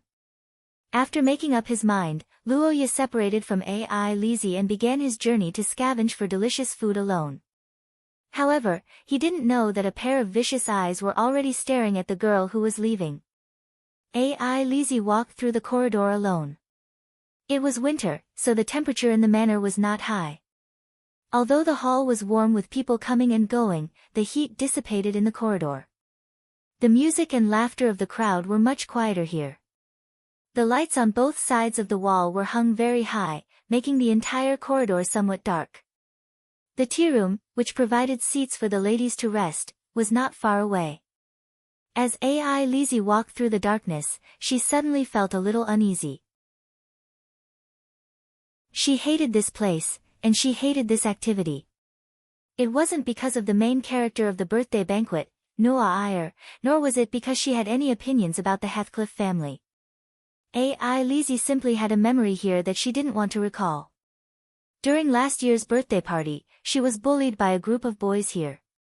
In order to gain the favor of the Count's son, the boys who used to bully her sold her out like a treasure. They dragged her to a deserted room and stabbed her with knives and forks. This incident caused the girl to have a fear of knives and forks, and since then, she didn't dare to hold a knife and fork in her hands. Although her father was very angry after the incident, Ai Lizzie herself couldn't find a single wound on her body due to her ability. With so many perpetrators and no evidence, the matter could only be left unsettled. Ai Lizzie didn't tell Luoya and Kadia about this incident, because it was all in the past. The sensible girl didn't want to cause trouble for them. This year, Ai Lizzie also saw the group of boys at the banquet, but unlike before, the girl's identity had changed. She was no longer the child of a declining Baron family, but Ai Lizzie Akate, a member of the Marquis Akate family. As long as she had this surname, those who bullied the weak and feared the strong wouldn't dare to cause trouble, because any insult to Ai Lizzie would be regarded as disrespect and provocation to the Akate family. In fact, those boys did hurriedly avoid her gaze. Finally, I won't encounter that kind of thing again. The girl muttered to herself, but she didn't expect that two people would suddenly appear from the dark fork in the road and block her way. They were the two children of the Viscount family who bullied her since she was young, Luke and Sean. Stop! Ai Lizzie, long time no see. You are. The two children who blocked her way looked at the surprised girl, and a malicious smile appeared on their faces almost reflexively. Having bullied Ai Lizzie since they were young, they knew the girl's weakness very well. In fact, Ai Lizzie's face did indeed show a frightened expression at this moment. However, they guessed the beginning, but not the end. Ai Lizzie's heart was indeed filled with fear, but soon a figure appeared in her mind. Luoya's meticulous care and companionship for the past few months had awakened the girl. She remembered the surname that hung behind her name, and understood that she had to change. In the past, when she succumbed to fear, it could be attributed to her fear of power, but now, if she were to succumb again, there would be no excuse, it would just be her own cowardice and cowardice. If the bullied didn't resist, there would only be one outcome, and that was to be persecuted more and more. For some reason, at this moment, the figure of Noah Iyer suddenly appeared in Ai Lizzie's eyes. It was a confidence and pride that was completely different from hers, almost to the point of sacredness. If it wasn't for Luoya, she would have looked forward to Noah Iyer very much, but now that she confronted Noah Iyer, there was only one thought in her heart. Chapter 41. Luoya wandered around the banquet hall, eating while thinking about some of the things Kadia had taught him. Last year's birthday party was very important, not only because it was Noah Iyer's coming-out ceremony, but also because it was the first time all the young children of the theocracy had gathered together. There were many social gatherings between adults, whether it was tea parties for the ladies or ordinary banquets. However, gatherings between the children of nobles were rare, and it was only once a year. In such a banquet, the interaction between adults was secondary, as the main focus was on their own children. Luoya's absence last year was a serious loss, not only because he didn't have any friends, but also because another family got to enjoy the benefits. The Eric family. Among the 5 great nobles, only the Marquis of Akate and the Eric Borderberg family were about the same age as Noah Iyer. Because Luoya was absent last year, the one with the highest status was the eldest son of the Eric family, Brown Eric. As Noah Iyer was the main character, he had to meet all the nobles, so Brown was like a fish in water at the banquet last year. If it was just a child, it wouldn't be a big deal, but this child had a lot of bad rumors about him. The Eric Youth Gang was what Kadia called them. It was said that Brown had gathered a lot of the little scum that he played with, as well as the nobles' lackeys who were entangled with each other, and formed a group to commit crimes together. It had caused a lot of problems in the past, but it wasn't a big deal, so it was dealt with secretly. Hearing about the Eric family, Luoya felt a little uncomfortable, because he had learned a lot recently, so he knew a lot about this family. More than 100 years ago, the Eric family was still a marquis, and their fief was vast. It could be said that they were the head of the 5 great nobles, and even the Lucen family, who was a duke in name, was much weaker than them. At their peak, they were even comparable to the royal family. In that war, the Eric family supported Prince Vader and was the main force of Vader's faction. On the other hand, Princess Wei Dualia was alone and could only rely on the Akot family for survival. However, it was precisely because of the schemes of the head of the Akot family that they were bound to win that war that they lost. The Great Labyrinth had absorbed too much of their forces, so when the Holy See returned, Vader no longer had enough strength to defeat them and ascend to the throne. The impact of Prince Vader's defeat was far-reaching, leaving a deep mark in the history of the theocracy. However, it was a disaster for the Eric family. As the #1 supporter of Vader's faction, the head of the Eric family committed suicide to atone for his crimes, hoping to preserve his family. However, the outcome was not ideal. The Eric family was demoted to an earl and a large portion of their territory was taken away, leaving only the barren land at the border for the family to manage. A large part of these seized territories was given to the Akot family, reversing the order of the strength of the 5 noble families. It was not until 100 years later that the Eric family regained its strength. Unfortunately, the Eric family did not feel that it was wrong to support Prince Vader at that time, nor did they feel that there was anything wrong with starting a war and staining the holy city with blood. They only believed that the winner was king while the loser was in the wrong. All their failure was due to the obstruction of the Akot family. Without this damned family, the Eric family might have even replaced the royal family. That's right, Eric, who had a deep historical grudge, only showed respect to the current royal family, Heath Crete, on the surface. They always wanted to take back their ancestral land and their former glory. As for Akot, he was something they hated from the bottom of their hearts. Wait, the young gang that father mentioned should be here this time. Normally, a brat of this age should not be afraid of anything and come looking for trouble with me, right? Why haven't I seen any of them for so long? The black-haired boy's golden pupils swept across the venue, only to find that the group centered around a blonde boy had disappeared. Luoya frowned, a bad premonition rising in her heart. Wait, could it be? Brown and Eric were now filled with anger. There was no other reason. In today's banquet, except for the bad seedlings who were willing to follow him to commit crimes, almost all the noble children were trying to get to know another person. That person was the son of the 5 great noble families, Luoya Akot. Brown didn't think that this situation was because of his bad reputation in the past year. Instead, he thought that it was a trick of the Akot family. But in any case, Luoya's arrival broke Brown's dominance among his peers. This situation made him anxious, but he didn't know where to start. At this moment, Ai Lizzie appeared. A good target to make an example out of, but no one could find any weakness. Disgusting things can only be put together with disgusting things. Ai Lizzie Akot, ha, this name makes me want to vomit. In the spare room, Brown looked at the silver-haired girl with an unfriendly expression. Ai Lizzie, do you still remember me? I'm your good friend, Brown. You actually rejected my invitation just now. That really makes me sad. The blonde boy looked at the girl's red pupils and put the fork near her eyes in a threatening manner. Elisa looked at the sharp fork and her body trembled. Tears welled up in her eyes. She bit her lips and asked, "What's wrong?" What do you want?" "Nothing, I just want to catch up with you." Originally, I wanted to bully you a little this year, but I didn't expect you to join the Akot family. After the death of father, there's a new one, and a useless brother. No, I won't allow you to insult my brother. Oh, why? You seem to like him, that's great. Brown laughed sinisterly, lowering his head to the girl's ear and laughed softly.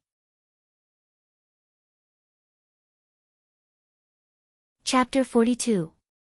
Luoya never thought that there would be a flag at this banquet. Ai Lizi's resentment towards the original Luoya was probably because of this. In the past, Luoya didn't have the courage or ability to stop all this. He could only watch from the side in fear. But now, Luoya was different. He couldn't describe his feelings with words. He only felt that his body was burning, his thoughts were burning, and the magic in his body was also burning. At the same time, he understood a problem. For a long time, he had been thinking, what was the point of working so hard to reach source level 6? For the future plot, this bit of strength didn't seem to be of any use. But today, standing behind Brown, he thought it through. The reason he had advanced to source level 6 was probably to pull out this flag and kill this dog in human skin with his own hands. Where did you come from? Boom. Luoya, who suddenly appeared, didn't say a word. He didn't intend to listen to Brown's words. He reached out and held the back of the blonde youth's head with a smile. In the next second, he pressed him down and slammed him on the table in front of Brown. Boom. The concentrated explosion of the curse seemed to draw Luoya's blood at this moment, gathering all the energy in his body into this fierce smash. Brown's head fell with the wind, his face almost embedded into the table. But Luoya wasn't satisfied with this result. Boom. Boom. Boom. Boom. Kacha. In a row, Luoya grabbed Brown's head and slammed it on the solid wood table 4 times in a row in front of everyone in the room who hadn't reacted yet. It wasn't until the 5th time that Luoya's movements slightly stopped. Damn, he's still not dead. The black-haired youth coldly looked at Brown, whose face was covered in blood but was still struggling to pull out his head. He pondered that this was most likely an origin grade 6. Otherwise, this guy's head would have been split open by the first concentrated burst. At this time, the people of the same age behind him finally reacted. Boss! Stop him. Do it. Seeing their boss being beaten into the table, the villains turned pale with fright. They were all Brown's loyal followers. Now that their bad-tempered boss was beaten to such a state, even if the opponent was the young master of the Akot family, they could only step forward. 11. Luoya looked around and quickly determined the number of enemies. The battle curse of balanced breathing began to circulate in his body.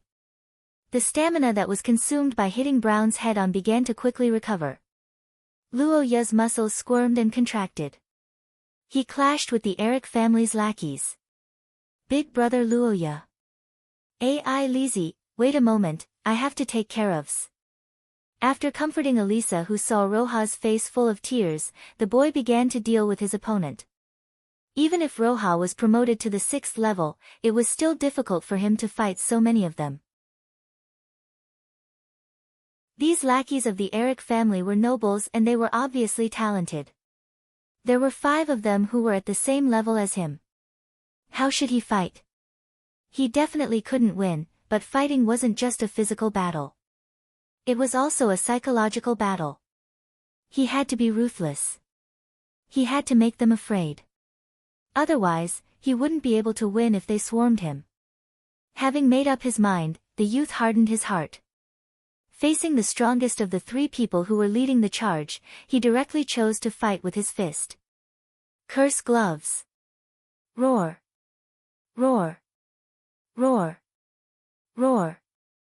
Roar. Roar. A blue flame wrapped his hand. The next moment the 2 fists collided. A crisp sound was heard. Brown's men screamed. Ah! The force of the origin substance +6 collided with the cursed gloves. It was as if someone had used their full strength to forge iron. The lackey vanguard cried out in pain, rolling on the ground in pain. The group of people who were running over from behind suddenly stopped in their tracks. Taking advantage of the distraction, Luoya pounced on the other two and punched them in the face. The two lackeys, who hadn't reached source level 6, were sent rolling and hit the wall. After winning the first battle, Luoya immediately took the initiative to pounce on the rest of the opponents. What followed was a chaotic battle. The source level 7 lackeys were useless in this battle. They were quickly cleared out of the battlefield with a punch. The remaining 4 source level 6 lackeys fought with Luoya.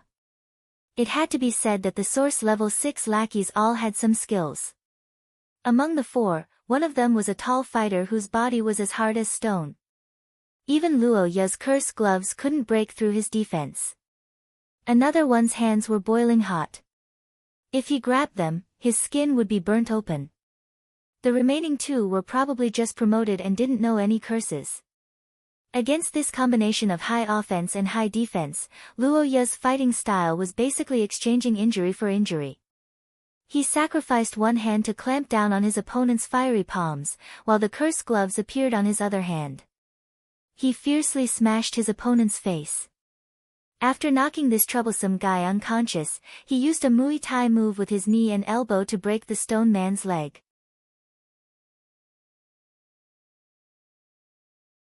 Chapter 43. Big Brother Luoya.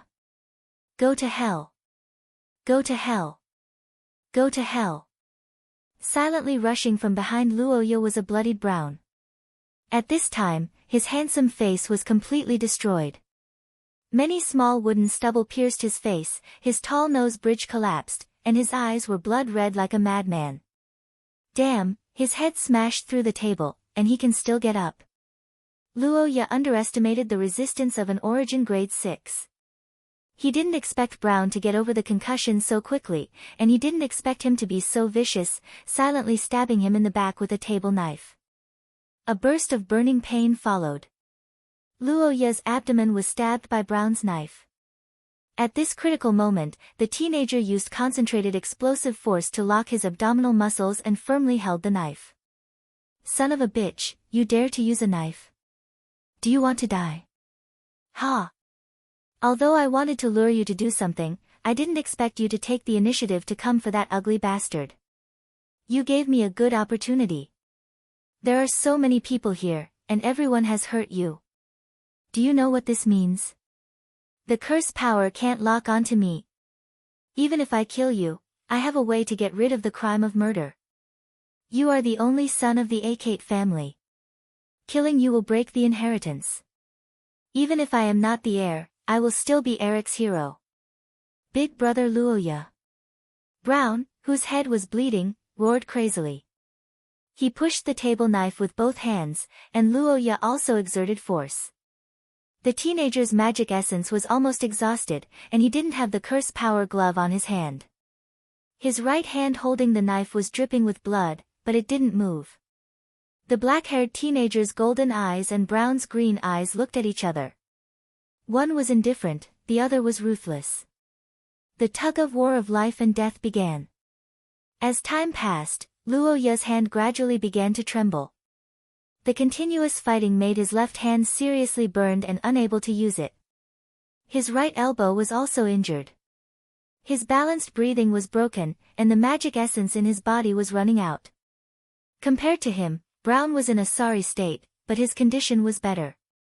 Ha, you have no strength. Aren't you very powerful? Why can't you hold the saber? A vicious smile appeared on Brown's face. He clenched his teeth and exerted force again. The table knife was slowly pushed millimeter by millimeter into the boy's abdomen. Luoya's blood immediately gushed out and dripped onto the ground. Brown, who had gained the upper hand, revealed a smile on his bloodied face. He was almost certain of his victory, but he did not notice the figure rushing behind him. I must help Brother Luoya.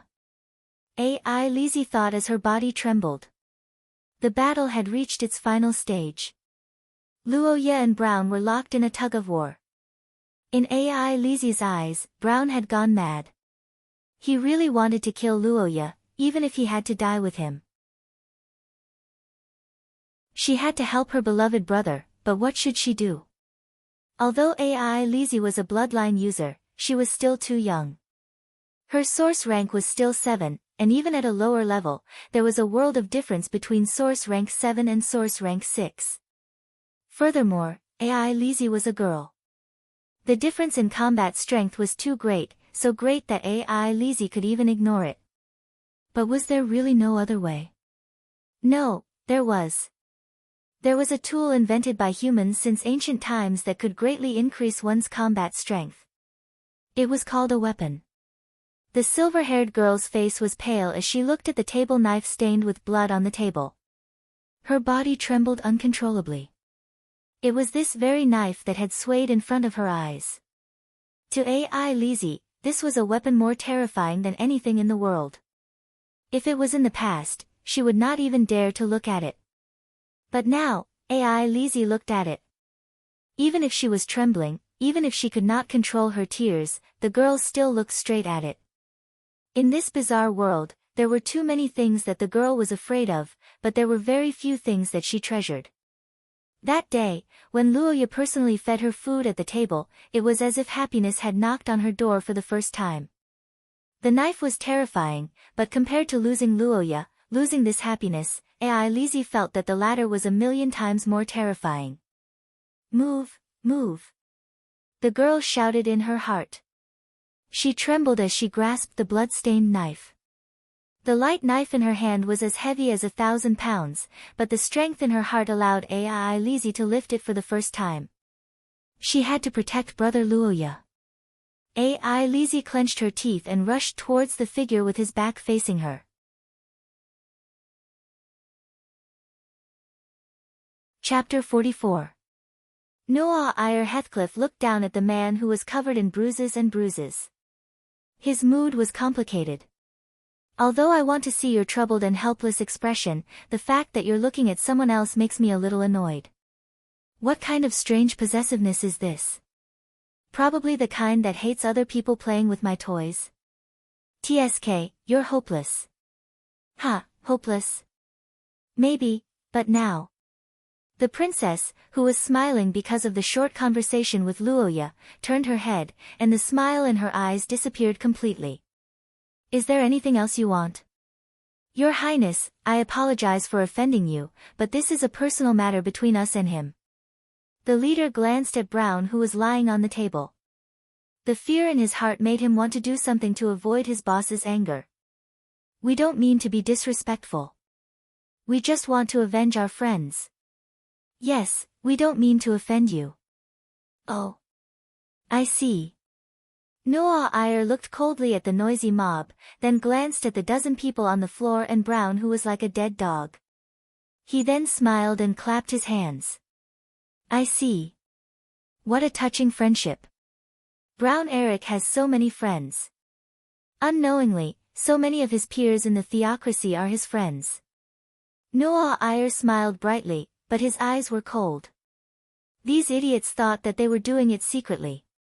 In fact, Noah Eyre had already seen the so-called Eric youth gang in the secret royal documents. For any monarch, forming cliques for personal gain was intolerable, let alone winning over an entire generation of nobles. Noah Eyre smiled, turned his head, and raised the black-haired young man's chin. He looked at his golden eyes that were filled with surprise. In comparison, Luoya, Mr. Akkad, you're really pitiful. I seem to be your only friend. Sorry, you're not, Although your stubborn look is cute, please don't reject my help. After all, you're not alone, right? Noah Eyre's words made Luoya, whose mouth was covered, stop moving. He turned to look at AI Lizzie, who was sleeping beside him, and fell silent with a complicated expression. The blonde girl released her grip and looked down at AI Lizzie, who was being protected by Luoya's arm. She felt an inexplicable sense of envy. Then, since you want to avenge your friend, I naturally have the obligation to protect my friend. Noah Eyre calmed himself down and turned around to face the dumbfounded crowd. In the name of the owner of this place, I request that you leave immediately. The blonde girl's words silenced everyone in the room. They looked at each other. The entanglement of interests and the fear of Eric's family made them hesitate. This scene had completely infuriated Noah Eyre. What? It seems that you don't want to listen to Heathcliff's advice? So that's how it is. Do it then. No, we. Noah Eyre's words caused a commotion, but the next moment, Miss Angel, whose smile faded, glanced around. The violent magic broke through her skin and extended into irregular light wings. An invisible pressure rushed out of her body like a waterfall. Luo Ye's blood seemed to have stagnated at this moment. His whole body was cold, and the heavy pressure seemed to be squeezing his alveoli. However, this indescribable horror and discomfort disappeared in an instant. Noah Eyre seemed to have taken special care of him. His body felt lighter, and his rapid breathing calmed down. The young man looked at the back of the figure in front of him with eyes full of disbelief.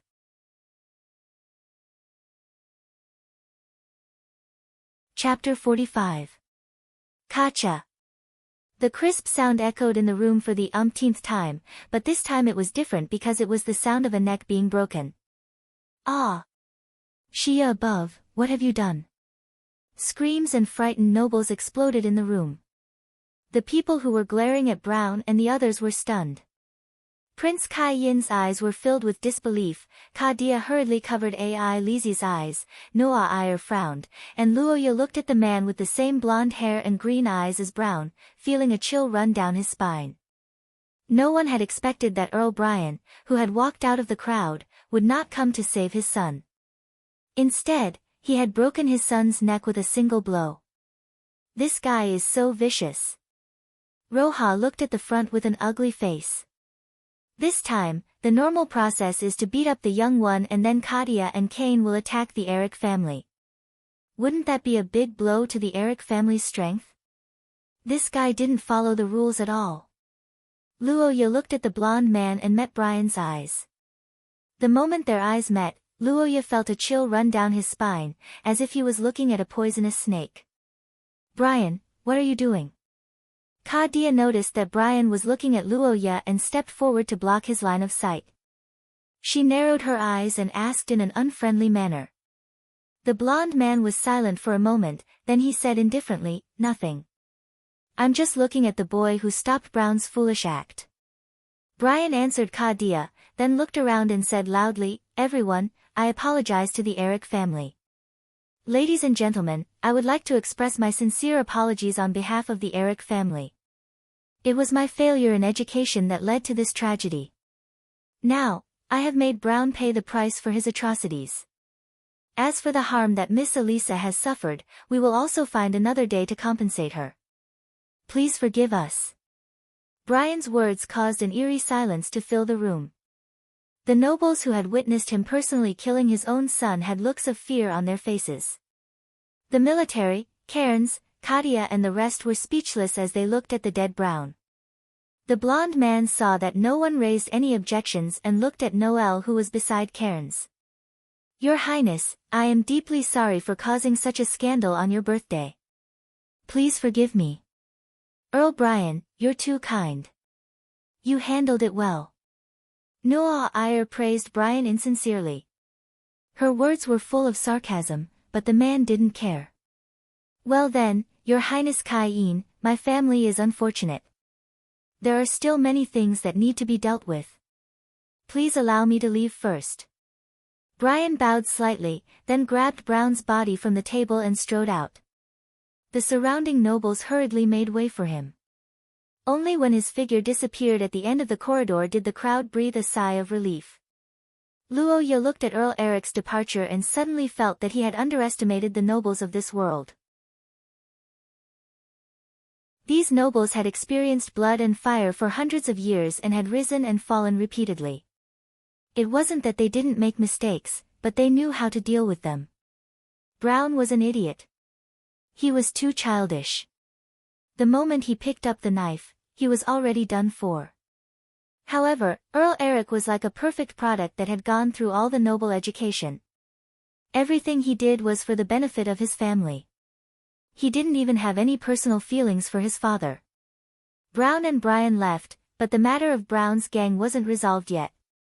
Only a few of the people who were knocked unconscious by Luoya had woken up. Prince Kai-en didn't care about these young criminals. He waved his hand and the staff took them away. They would be dealt with in the manner. After that, they would be registered and sent back to their parents. Because of this incident, they were blacklisted by the royal family. What awaited them was definitely not a good future. "Hey, how did you find me?" When Ka-dia and Kai-en were dealing with the aftermath of the incident, Luoya couldn't help but ask Noa-ir this question. The blonde girl blinked and said, "Because you were called away by a girl and never came back. I was a little curious, so I tried to look for you. Coincidentally, I saw that group of people rushing into the room. So, it's fate. Fate your head." Luoya snorted at Noa-ir's answer. He recalled what happened before he came here. After separating from Ai Lizzie, as a glutton, Luoya naturally didn't hold back. He immediately carried a plate and started to eat. With his elegant table manners, no one noticed anything wrong. But halfway through the meal, he suddenly realized that the number of boys in the hall had decreased significantly. He immediately thought of this nuisance of the young gang. Luoya felt uneasy. He could only ask the girls in his gang about the situation. He didn't expect to bump into a girl who saw Brown's gang take away Ai Lizzie. When Luoya heard that Ai Lizzie was bullied, he immediately decided to go over. After asking her about the situation, he chose to let the girl look for Ka-dia. He used the items he bought at a discount over the past few months to act in secret. Lover in the shadows, rootless love, false feelings. The lover in the shadows bleeds blood, but people think it's just warm tears. Yep, another useless introduction. This lover in the shadows was actually a red gauze. The material was similar to a wedding dress.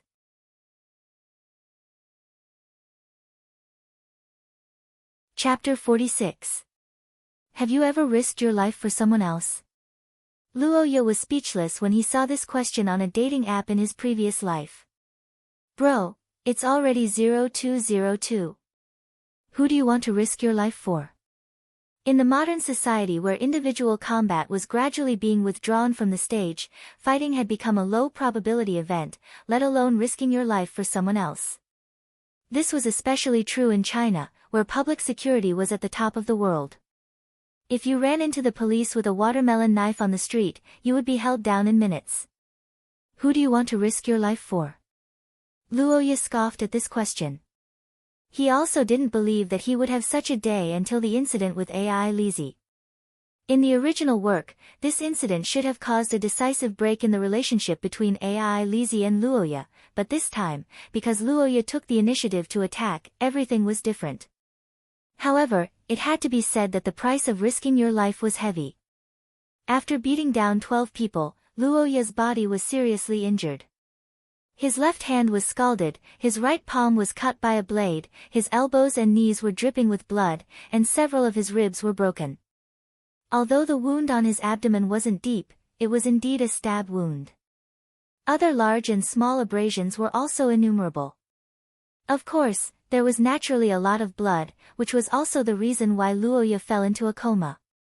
If it weren't for the existence of supernatural powers in this world, he would probably be bedridden for a long time. Ugh, it hurts. On the bed, the unconscious young man was pulled out of his sleep by the piercing pain on his body. Before he even opened his eyes, he was already screaming in pain. His body was also twisted, and in the end, he accidentally pulled on his wound and woke up completely. Luoya gritted his teeth and opened his eyes to look around. The design of the ceiling was quite good. It was a mural of the Virgin Mary that was popular more than 100 years ago. There were many decorations and works of art on the walls. The contrast between the red carpet and the brightly colored furniture made the room look magnificent. It was a room in the labyrinth. Luoya heaved a sigh of relief when he felt a sense of familiarity. Then, he immediately noticed the person beside the bed. It was a young girl with silver hair that draped over her shoulders. Her appearance was cold and arrogant, and she gave people a feeling that she was untouchable and unapproachable. At this moment, she was sitting on a chair in front of the bed with her head slightly lowered and dozing off. Her delicate little face inadvertently revealed some cuteness, causing Luoya's heart to fiercely jump. This girl was becoming more and more beautiful. The sleeping AI Lizzie was so cute that Luoya couldn't help but stare at her for a while. At the same time, he sighed in his heart. Speaking of which, the AI Lizzie would probably become more and more beautiful in the future. After all, the bloodline of the pale silver children pursued perfection, and the body was no exception. TSK, it felt like there would be a lot of pests in the future. Luoya rubbed his chin and thought so viciously. The doting expression on his face was overflowing. The incident with Brown made him fully aware of the troubles that AI Lizzie, as one of the female protagonists, could encounter. In the face of these troubles, he made a choice with practical actions. That was to smash the heads of all those who harbored malicious intentions, so that they could fully expose themselves and enjoy the judgment of justice and social death. Of course, there were exceptions if their necks were broken by their own fathers. That was a family matter, and Luoya wouldn't take the blame. Thinking of this, the young man's restless heart slightly sank. The face of the blonde man appeared in his mind. Brian Eric, that's a terrible man. As the saying went, even a vicious tiger wouldn't eat its cubs. Although Brown's behavior this time had angered the public, and as the heir, he was still a member of the Eric family. The privileges of the 5 noble families were not to be trifled with. Strictly speaking, even Heathcliff couldn't punish Brown directly. He had to go through the trial of the theocracy's court. During the trial, there were too many tricks that could be played. Although the Eric family was not as powerful as it was 200 years ago, it was still rising in recent decades. It was more than enough to save the life of a son who didn't kill anyone. However, in order to appease the public's anger and prevent people from investigating the Eric family, Brian actually made a prompt decision to kill his son. It was a little scary, and his attitude at that time, Brown was a typical lawless brat. The rapid expansion of the Eric family's power in the past 10 years should have caused his character to develop. However, he was too different from his father. Luoya always felt that Brian didn't seem to care about the heir as much as the other nobles. He might not even have tried to control him. To be honest, this person made Luoya feel very strange. He didn't want to have such a ruthless enemy. However, seeing how Brian stared at him, he probably couldn't avoid this enemy. But so what? In Luoya's heart, AI Lizzie was now a treasure given to him by God. Anyone who touched AI Lizzie would die, no exception. Luoya, who was cursing, felt a little guilty. Thinking about it from the perspective of the family, he felt that it was actually not bad. Due to the friendship during the Twin War, the Alcott family and the Heathcliff family had always been on good terms. Among the 5 noble families, the Alcott family was close to the royal family. However, the other 4 noble families' positions had changed from time to time. Earl Eric's family was also known to be at odds with the royal family. The large number of Brown's gang had already given the Heathcliff family a warning. After several generations of leniency, a large number of pests had been bred among the nobles. These pests were incompatible with the original teachings of the theocracy. They had already begun to gather around the Eric family for warmth. Once the evil gang grew stronger, they would naturally be unwilling to continue to be a piece of shit. They would inevitably challenge the authority of the Heathcliff family.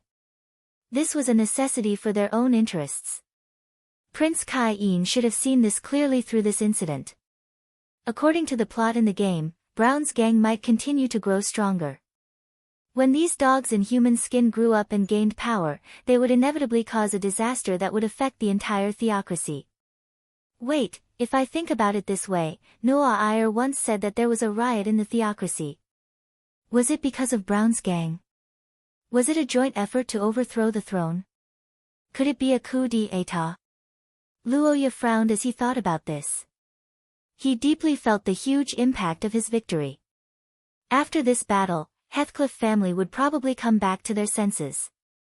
Next, the royal family would probably focus on eliminating the dead branches and withered leaves among the nobles. Of course, they would also attack the organizer, Eric. However, with Brown's death, the progress would be slowed down.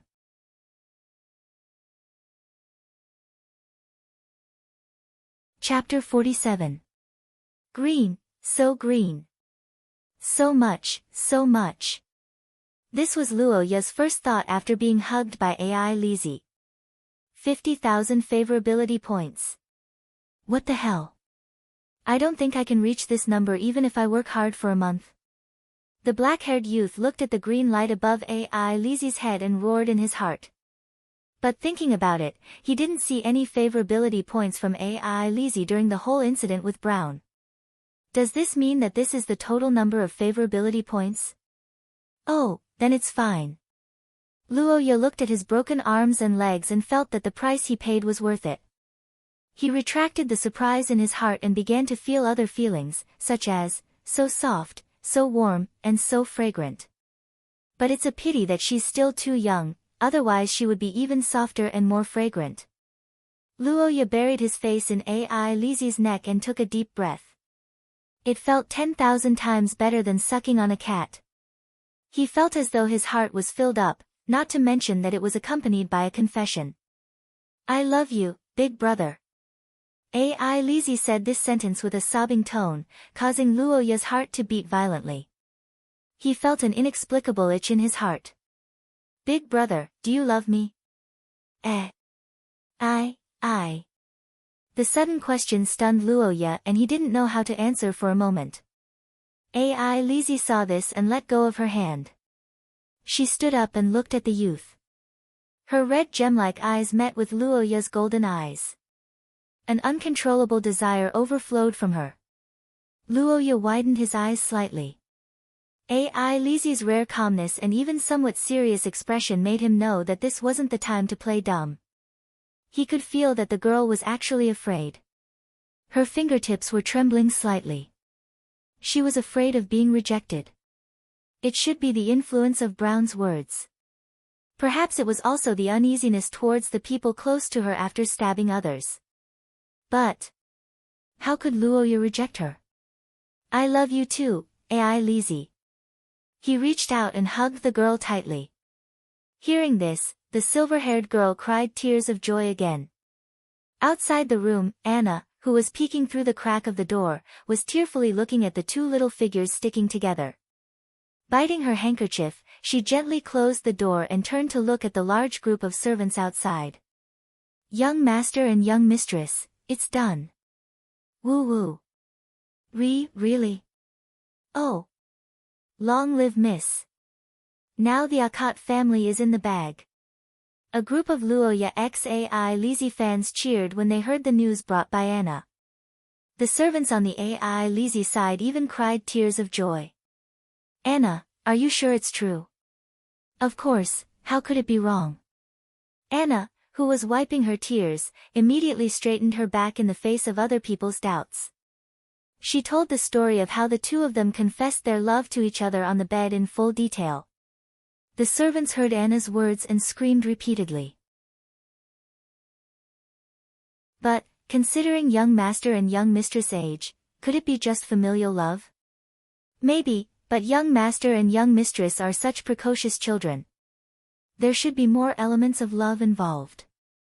I think it's love. The people in the fan club analyzed at once. Unfortunately, no matter how much they analyzed, they couldn't figure out Luo Ya's inner thoughts. Like a cat. Luo Ya stroked AI Lizzie's soft silver hair and hooked her delicate waist. He felt like he was teasing a clingy cat. Thinking about it carefully, he felt that AI Lizzie and a cat did have many similarities.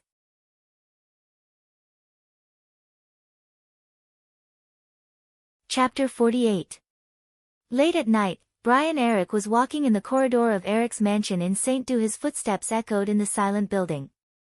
The moonlight shone through the window on his body, making the man who already gave off a cold feeling even more chilling. Walking to the end of the corridor, he took out the key and opened the door. Brian's journey had finally come to an end. It was a mercury mirror that was as tall as a person. Its shape was a bit like a gate. It seemed to be quite old. In fact, its owner did use it this way. Brian stood in front of the mirror and looked at himself with a calm but somewhat gloomy expression. He reached out his hand and lightly tapped on the mirror. "Lebbet, open the door." Following his call, the surface of the mirror fluctuated. An eye suddenly appeared in the center of the mirror. It turned to look at Brian in front of the mirror and then disappeared. The next moment, the fluctuation of the spell on the mirror began to increase greatly. Then, it suddenly opened from the inside like a gate. Inside the gate, a hunchbacked old man holding a key was bowing to him. "Welcome back, Vice President." After faintly nodding his head, Brian stepped into the mirror. The surrounding scenery changed and turned into a dark castle. The Tasting Association's headquarters was the name of this castle that seemed to be in the dark all the time. It was also the cradle of a group of lunatics who were immersed in art. "Collector. I mean, has Mr. President arrived?" Yes, but you're late. We just finished an auction. My human face drum was sold at a high price. It almost became the finale this time." The hunchbacked old man followed Brian's footsteps and smiled humbly. He seemed to hope that his words could attract the attention of this unfathomable vice president. However, his actions were just actions. In fact, he didn't have any expectations in his heart. But what he didn't expect was that Brian really seemed to have something to tell him today. "My bloodline, 10 years old, is missing some blood. If I give it to you, how much can you do?" 10 years old? Boy. Yes. Let me think about it. If the body is not damaged, with my skills, I can at least let you live for another 20 years. The hunchbacked old man smiled and reached out his dirty hand that seemed to be stained with blood. Brian looked at him expressionlessly for a while and nodded. "Okay, I'll give it to you later. The reward will satisfy you. You just wait and see. I won't let you down. However, you only have 6 bloodlines left in your family, right? I suggest that you raise the others, otherwise, it would be a waste. Are you done?" "I'm going to see the president." I'm done. Please." Brian's words made the old man stop nagging. He nodded and bowed with a flattering smile, watching the man walk into the depths of the darkness. After placing the order, Brian felt a little better. The past few days had been troublesome for him. Due to the failure of his plan, Heathcliff and the Ackett family had joined forces to put pressure on him. They had begun to attack the power of the Eric family both openly and secretly in various fields. The useless nobles under him began to panic and came to him one after another to complain about the bad influence of their children on their families. However, that was only on the surface. In fact, Brian knew very well what they wanted. It was nothing more than various methods to prolong their lifespan. Yes, this was a deal. In exchange for their loyalty to the Eric family and their children to follow Brian's son, Brown, they would get the means to live and even the hope of recovery. Of course, Brian didn't spend so much effort to give his son any armed forces. In fact, this was only part of the plan. It didn't succeed. "I didn't expect your plan to fail. Is there any condition that hasn't been met?" "No, the vicious and stubborn heir and the children who follow him have all been met. There's no problem with the time, but I don't know why the prophecy failed." At one end of the long table, Brian took a sip of tea and said in a cold tone. He had put in a lot of effort for this prophecy. Not only had he prepared for it for a whole year, he had also used all kinds of methods to lure people away in advance, creating a suitable environment for Brown. But he never expected that Luoya, who was said to have mediocre supernatural abilities, was different from the rumors. He was neither recruited nor killed. After a fierce battle, the one who finally crawled out of the blood-stained room was the boy from the Ackett family. The blonde man was expressionless and annoyed. At the other end of the long table, the figure in the dark chuckled.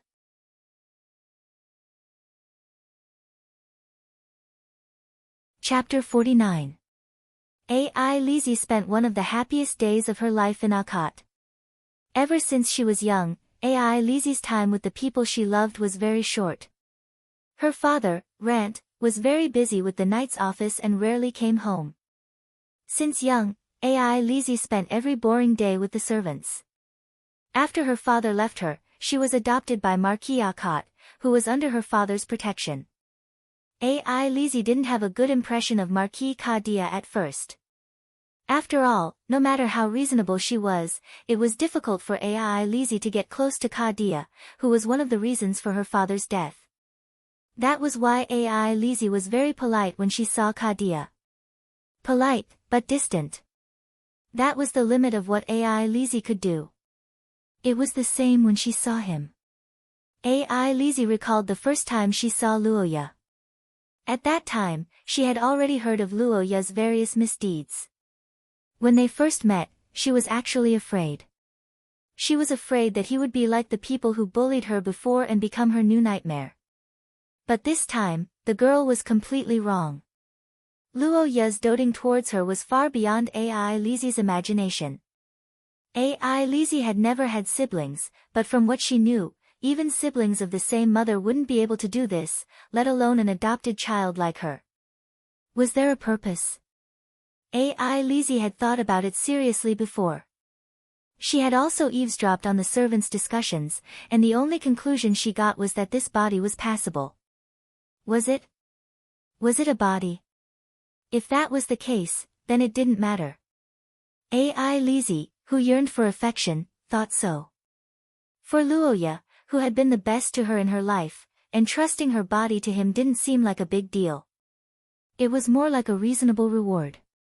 AI Lizzie didn't know much about the matters between men and women due to her age, but she knew that Akot's family was withering. What she needed to do in the future was probably to give birth to Luoya's children. Somehow, he felt that it was not bad. If she could stay by his side forever, if she could be happy forever, AI Lizzie felt that it was completely acceptable. After tasting happiness and love, she could no longer bear the pain and loneliness of the past. Therefore, she made up her mind and lived happily with Luoya every day. She felt that this kind of happiness would continue forever. However, the nightmare suddenly arrived. Brown, who had once bullied her, reappeared in front of her and brought her back to hell. At this time, Luoya appeared again. He reached out his hand and broke the thorns around AI Lizzie, pulling her out of the darkness. On the night that Luoya was unconscious, AI Lizzie stubbornly stayed by her bedside. That night, she thought a lot and changed a lot. Something fiery started to grow in her heart and started to burn uncontrollably. It burned her body, burned her thoughts, and almost set her on fire. This was probably what adults meant by love. This was what the girl thought that night. If AI Lizzie's feelings for Luoya before were equivalent to accepting an exchange, then AI Lizzie now wanted to give. This was the inevitable manifestation of true love.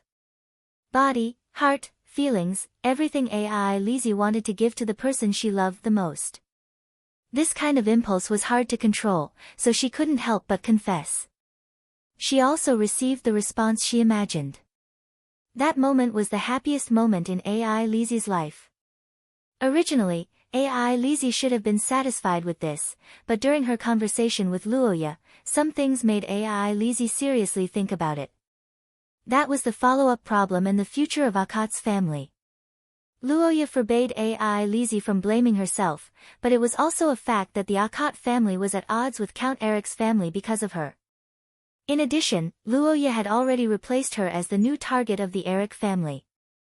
AI Lizzie had heard from Kadia that Luoya's extraordinary abilities were likely to be very limited. In the future, it was very likely that he wouldn't even be able to obtain an origin substance. Originally, he should have kept a low profile and continued to spread his family, but because of AI Lizzie, he had resolutely become the archenemy of the Eric family.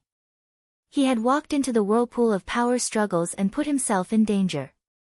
Luoya wanted AI Lizzie to stop blaming herself, but how could the girl do that under these circumstances? If it was the AI Lizzie of the past, she probably would have treated Luoya optimistically and secretly cried when no one was around. However, the current AI Lizzie wanted to make a different choice because she had also changed because of this incident. She had gained an epiphany when she had held that blade. AI Lizzie's cowardice had been washed away in that moment. She had used her own hands to protect the people important to her and obtain the future she wanted. She had also understood one thing. Happiness had to be grasped by oneself. In the past, she had waited numbly and fortunately received the happiness that Luoya had given her. Now, however, she wanted to control her own destiny and personally grasp the happiness that belonged to the two of them. And this wasn't impossible. Luoya's situation wasn't unprecedented. There were quite a few extraordinary families like Akats that had experienced a lapse in their generation. There were many ways to deal with this situation. Usually, they would marry more and have more children. However, if they were facing a powerful enemy, then having a powerful partner was often the best choice.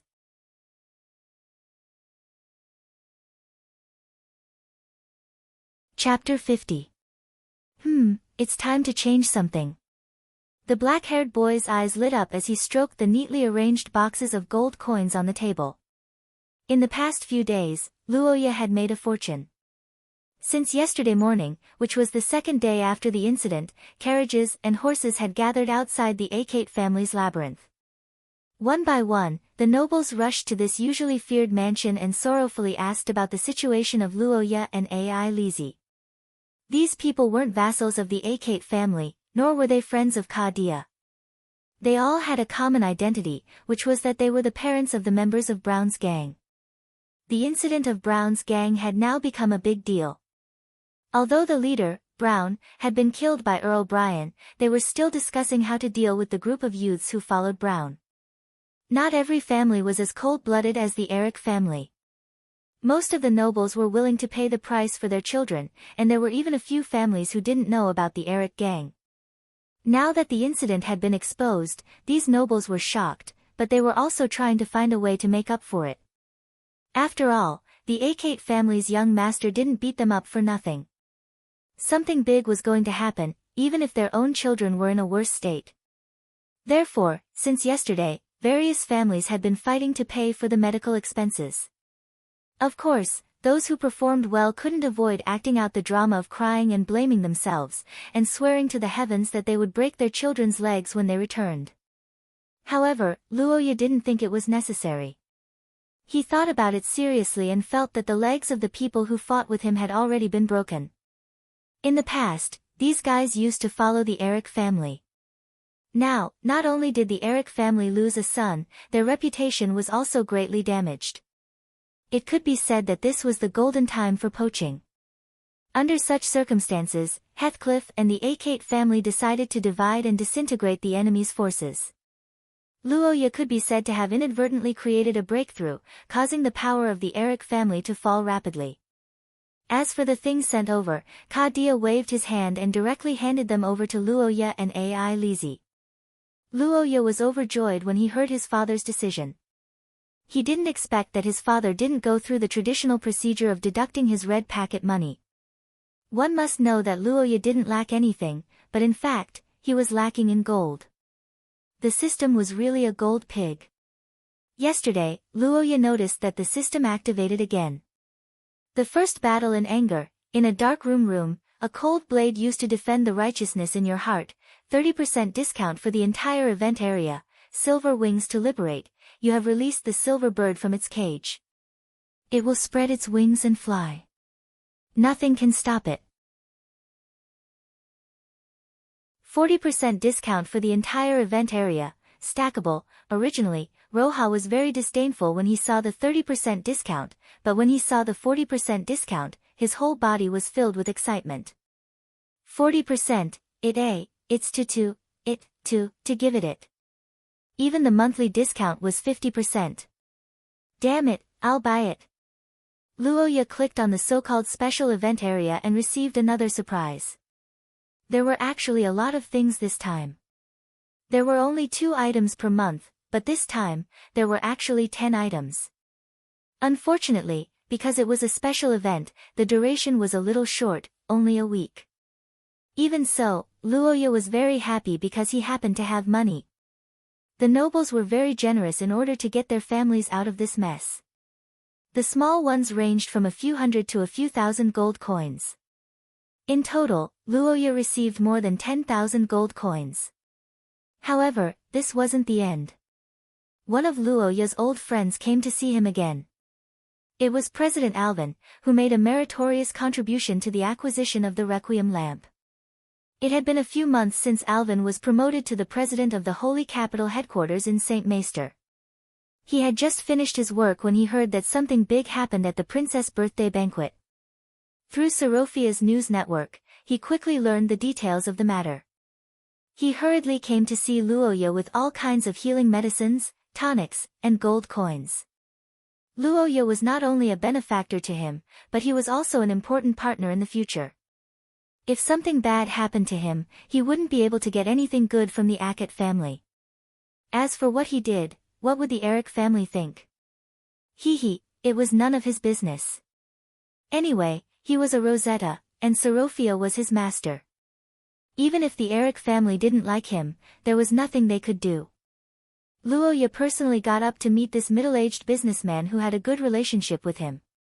The two of them felt very close to each other. The conversation improved their friendship, and at the same time, Luoya inquired a lot of information. The Eric family? Well, young Master Luoya, you also know that there are some things that can't be disclosed in Serofia's rules. Is there anything you can disclose? Tell me, anything about Earl Eric's family. Well, Earl Eric's family? Let me think.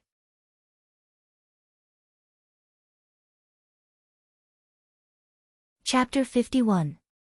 What was the key to a family's development and strength?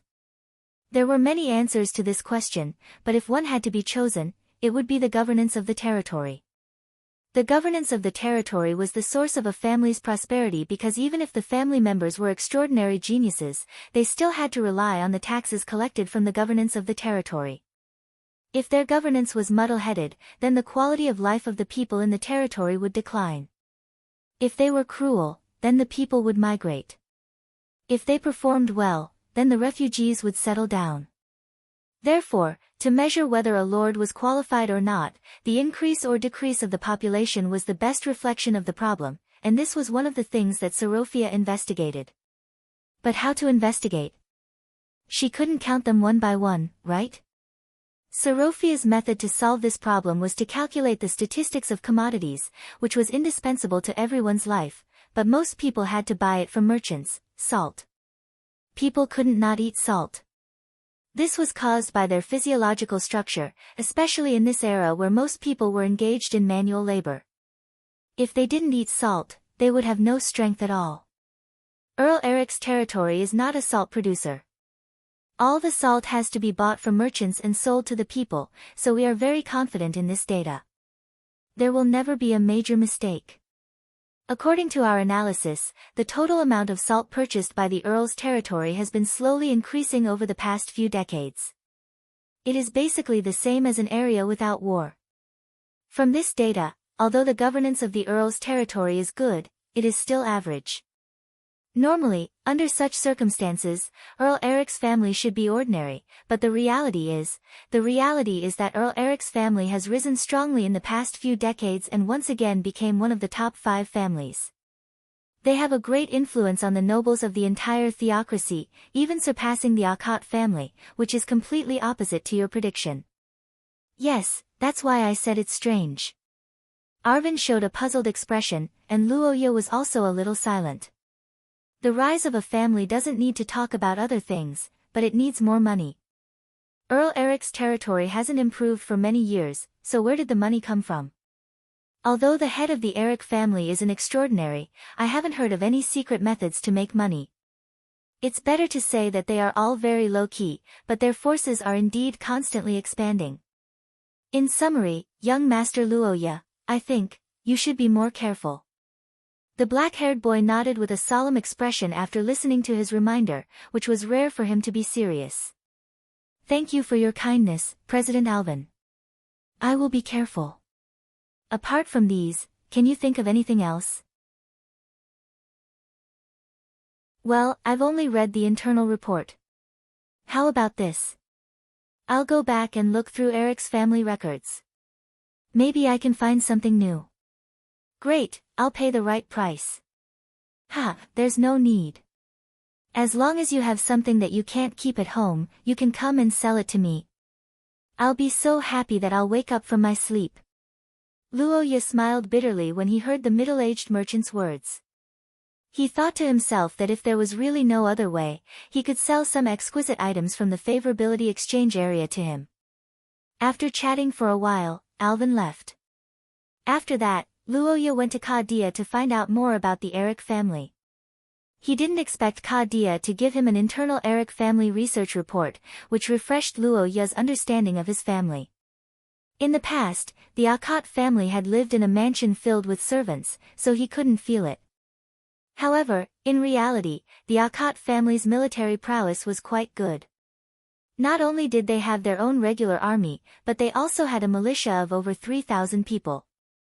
Furthermore, they also had a specialized spy agency. Their combat prowess was one of the best among the 5 great nobles. That's right, each of the 5 noble families was like a small independent kingdom, and their system was a standard model of the Middle Ages. Heathcliff had the absolute advantage of faith in the human world and had the greatest strength, so it was the common master of everyone. The daily life of the theocracy was actually the nobles arguing in front of the royal family. Eric used to be the second overlord under the king. Unfortunately, he stood on the wrong side during the war more than 100 years ago. When it came to the war between the aristocrats, there was an unwritten rule, and that was that the whole family could not be wiped out. The aristocrats were elegant, and so were the wars. If they couldn't win, they could surrender and pay a ransom. If they won, they had to leave the other side alive. Unless there were very special circumstances, they couldn't kill the other side. This was like a covenant that all the aristocrats signed at birth. The purpose was to preserve each other's heritage to the greatest extent. Anyone who broke the rule would be boycotted by all the aristocrats, because no family could last forever. Just like the War of the Twins more than 100 years ago, Eric still had 10,000 soldiers under his command. Furthermore, they had chosen the wrong side to follow Prince Vader, and had not directly raised the flag of rebellion. Therefore, the royal family at that time had pushed them to the border, and that was pretty much the limit. Another important rule written in the code was that the aristocrats couldn't command beyond their rank. As the common master, the royal family could command the 5 aristocrats and their own aristocrats. This was reasonable and legal. However, if it was a viscount under Eric, that was absolutely not allowed. Doing so was trampling on the dignity of the lord and would be boycotted by all the aristocrats. Everyone was just looking for a big brother to be the judge, not to be dismembered. If the big brother really dared to use a knife to tear them apart, they could just run away if they couldn't beat him. Wouldn't it be better to take the territory and look for a new big brother? Because of this, it was difficult to find out the exact military strength of the aristocratic families. According to the research report of the Akot family, the size of Eric's army had been slowly increasing in the past few decades. This wasn't a big deal, after all, the total population was also increasing. However, what was interesting was that there were more and more mercenaries in their territory. Although Eric territory was located at the intersection of 3 countries, and there was a circle of small countries nearby, it was a good place for mercenaries to make money. However, who among these people were real mercenaries and who were just pretending to be mercenaries, this was still up for discussion. Regarding this point, the Akot family's report could only estimate the number of mercenaries, and there was no way to verify it. Luo Ye understood this, and after reading the report, he became completely vigilant. When Luo Ye looked at the system's promotion again, his mentality was completely different. The strange situation of the Eric family's inexplicable rise gave him a bad feeling. His current goal had changed from high combat strength to a means of survival. Leveling up could be done in the future, but people couldn't live in the future. Luo Ye was very clear about his goal. Everything he had done so far was for survival.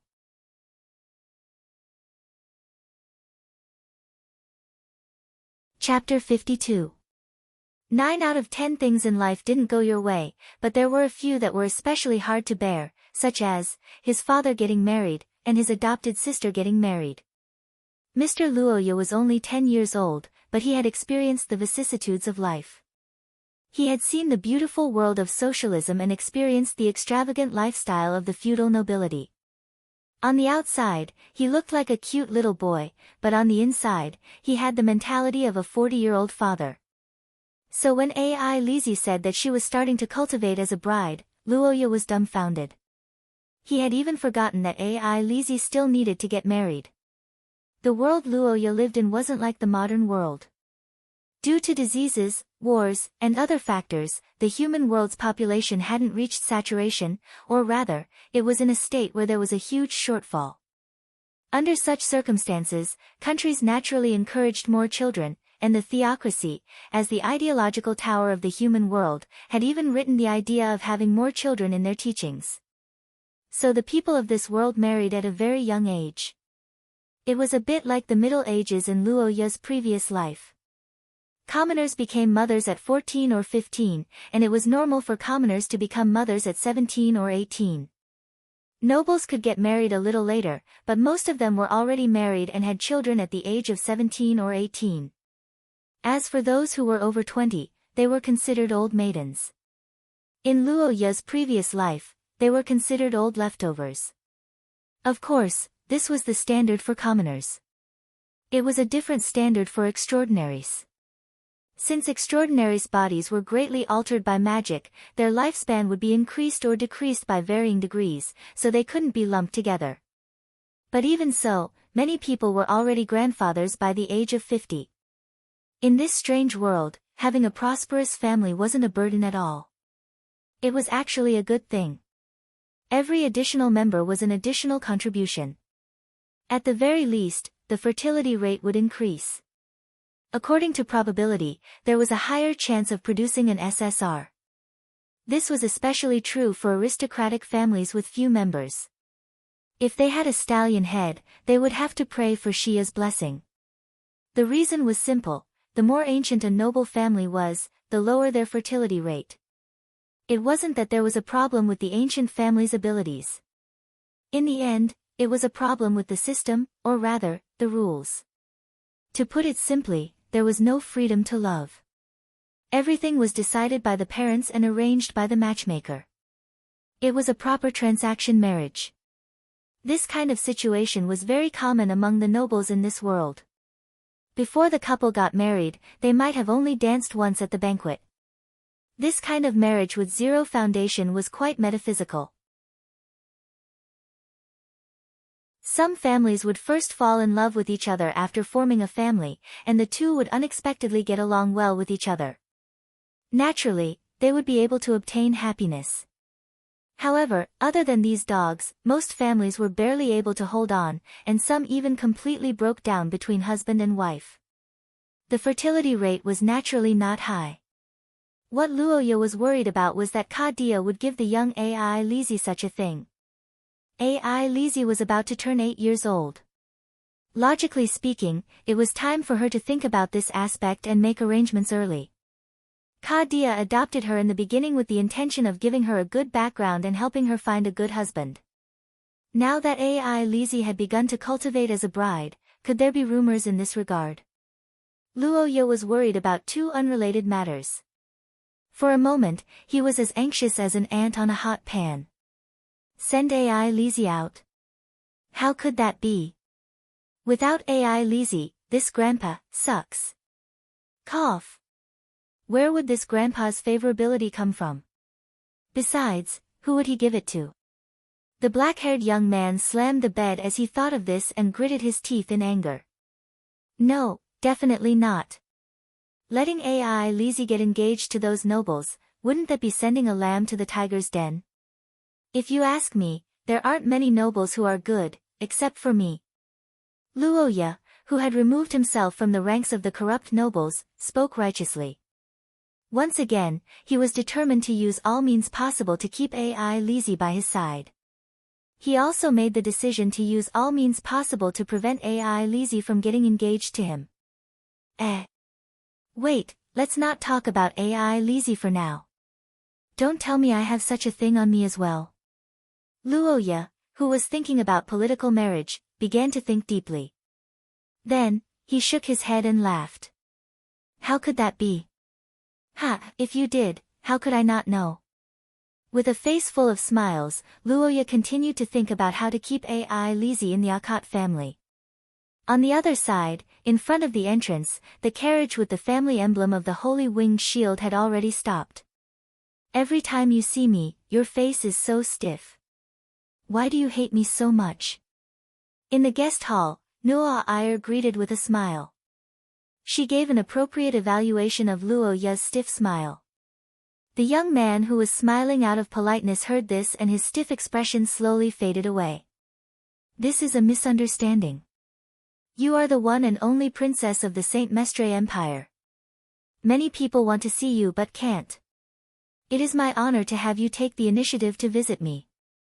The black-haired young man leaned on the sofa and said with perfect etiquette. He copied Elisa's "keep your distance" template and did his best to distance himself from Noelle. Miss Angel thought for a moment and said with a little disappointment, "Don't worry. I originally thought that our relationship would be closer after saving you.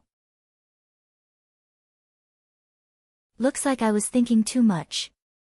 The golden-haired girl lowered her eyes slightly, and the elegant smile on her face that had almost never changed faded a little. A kind of pitiful temperament that was completely different from the past began to spread rapidly. Her lowered eyebrows revealed a little bit of frustration and helplessness, as if all the words and actions that hurt her were a sin. I'm convinced. Can you not be like this? Luoya looked at Noa Iyer with a headache. Now that he thought about it, Miss Angel did save him. If she didn't stop the Brown gang for 2 minutes, Luoya might have broken a few bones. In the current situation, to put it in a more elegant way, Luoya was a person with a mature mind. Naturally, he couldn't continue to be ungrateful. Noa Iyer, thank you for your help. Favorability plus 100. The young man blushed as he expressed his gratitude with difficulty. Noa Iyer returned to normal after hearing his words. She walked to a chair and sat down with proper etiquette. After thinking for a while, she said, although I saved you that time, I should be the one thanking you. As people of the same age, the younger generation of the theocracy should be under my command in name. However, because I wasn't in the holy capital for a long time and spent too much time training with the knights, my influence was reduced. This allowed Eric to take advantage of the situation and create the young gang, which eventually led to this situation. Noa Iyer didn't hide her dereliction of duty at all. Her magnanimous attitude made Luoya feel ashamed. As the saying goes, if a gentleman treats a gentleman with sincerity, a gentleman can only repay with his own body. Although Luoya didn't feel that he was Noa Iyer's subordinate, he couldn't help but change his mind. I should close the distance between me and her a little more.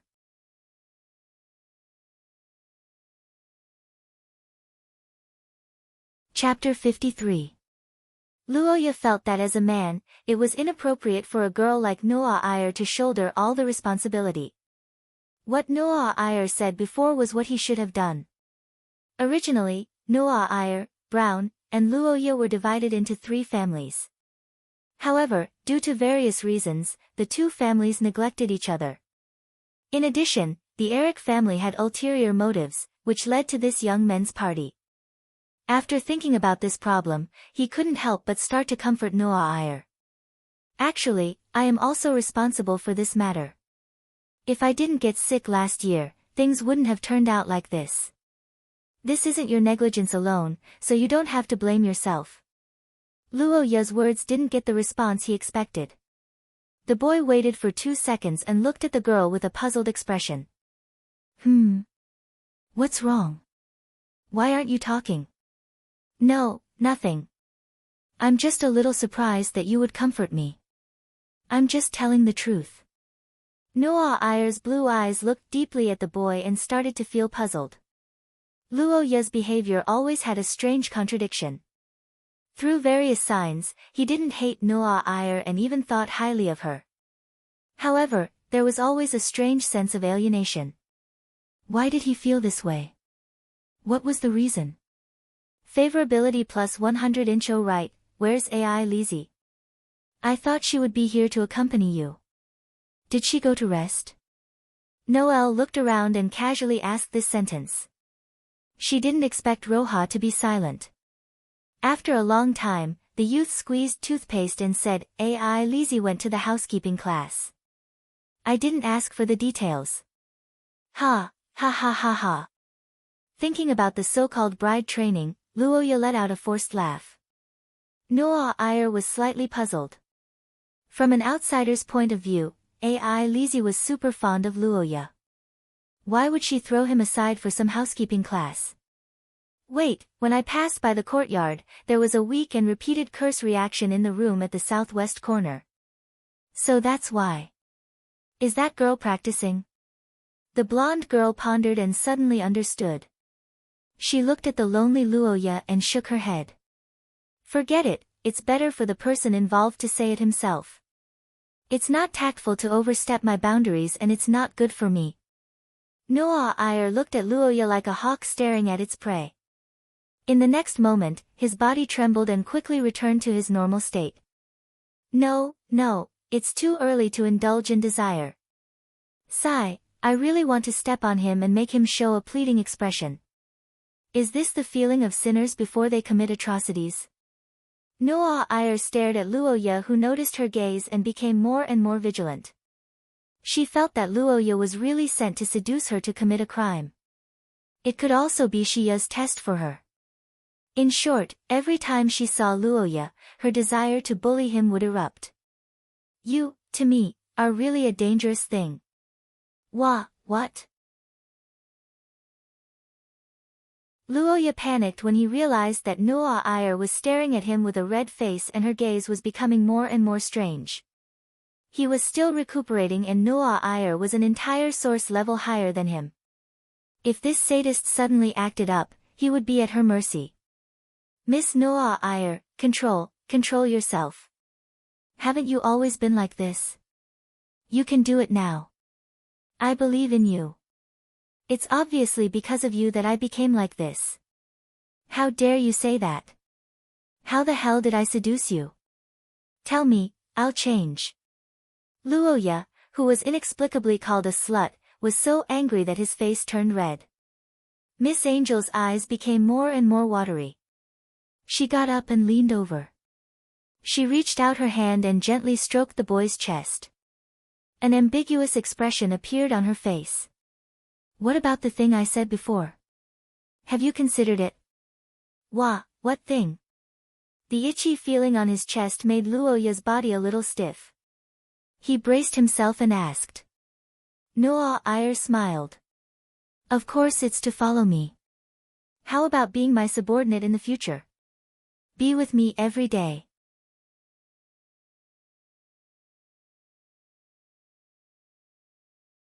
Chapter 54. What's wrong with falling into oblivion? Who knows, you might even find happiness. Noah Iyer tried to persuade the young man. Luoya shook his head.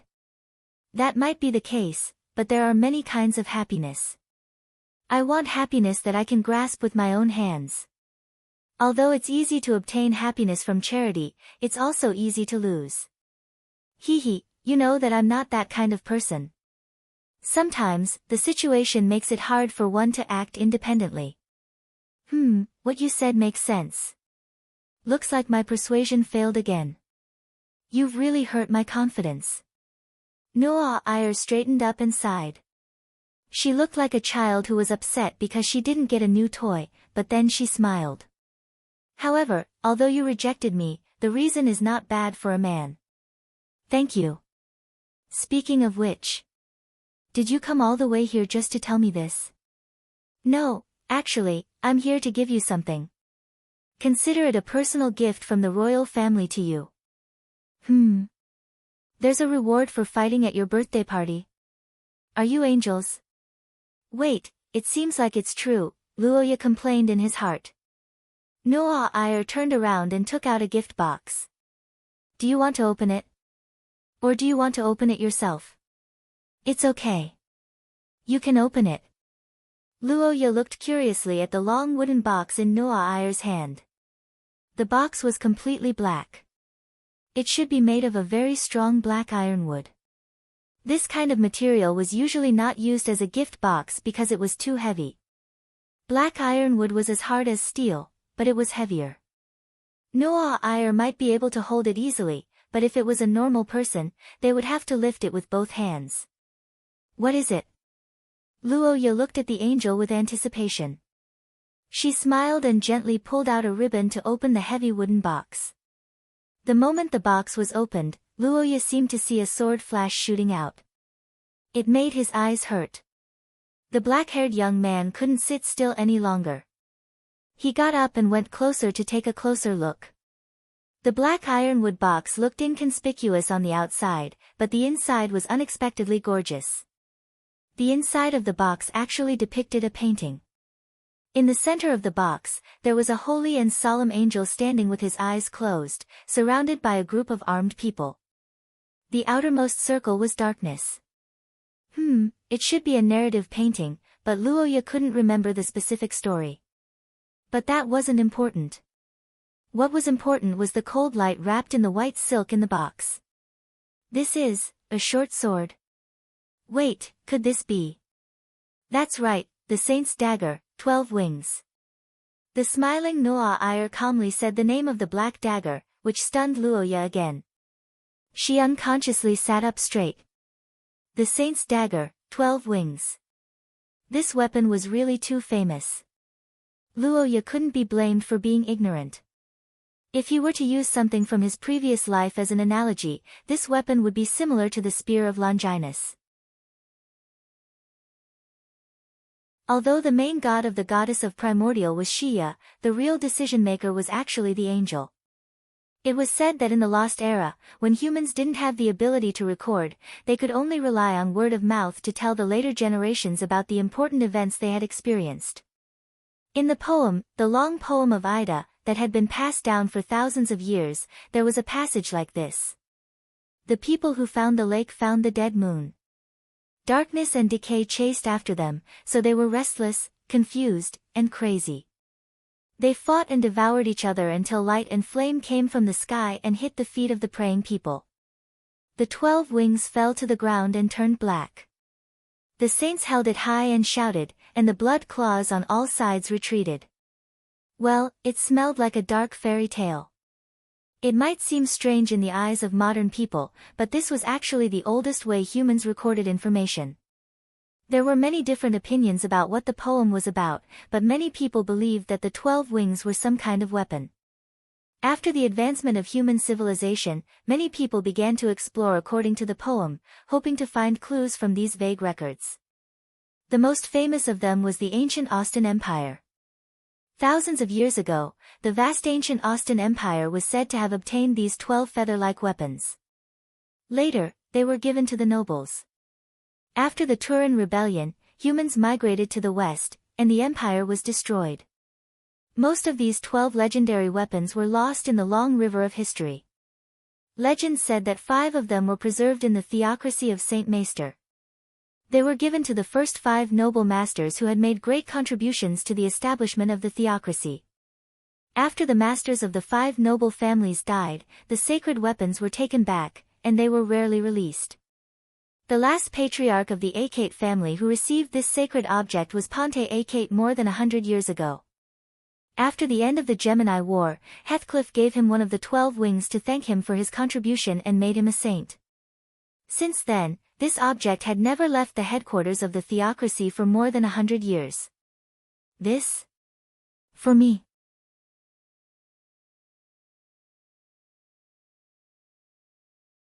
Chapter 55. Blood connection. What do you mean?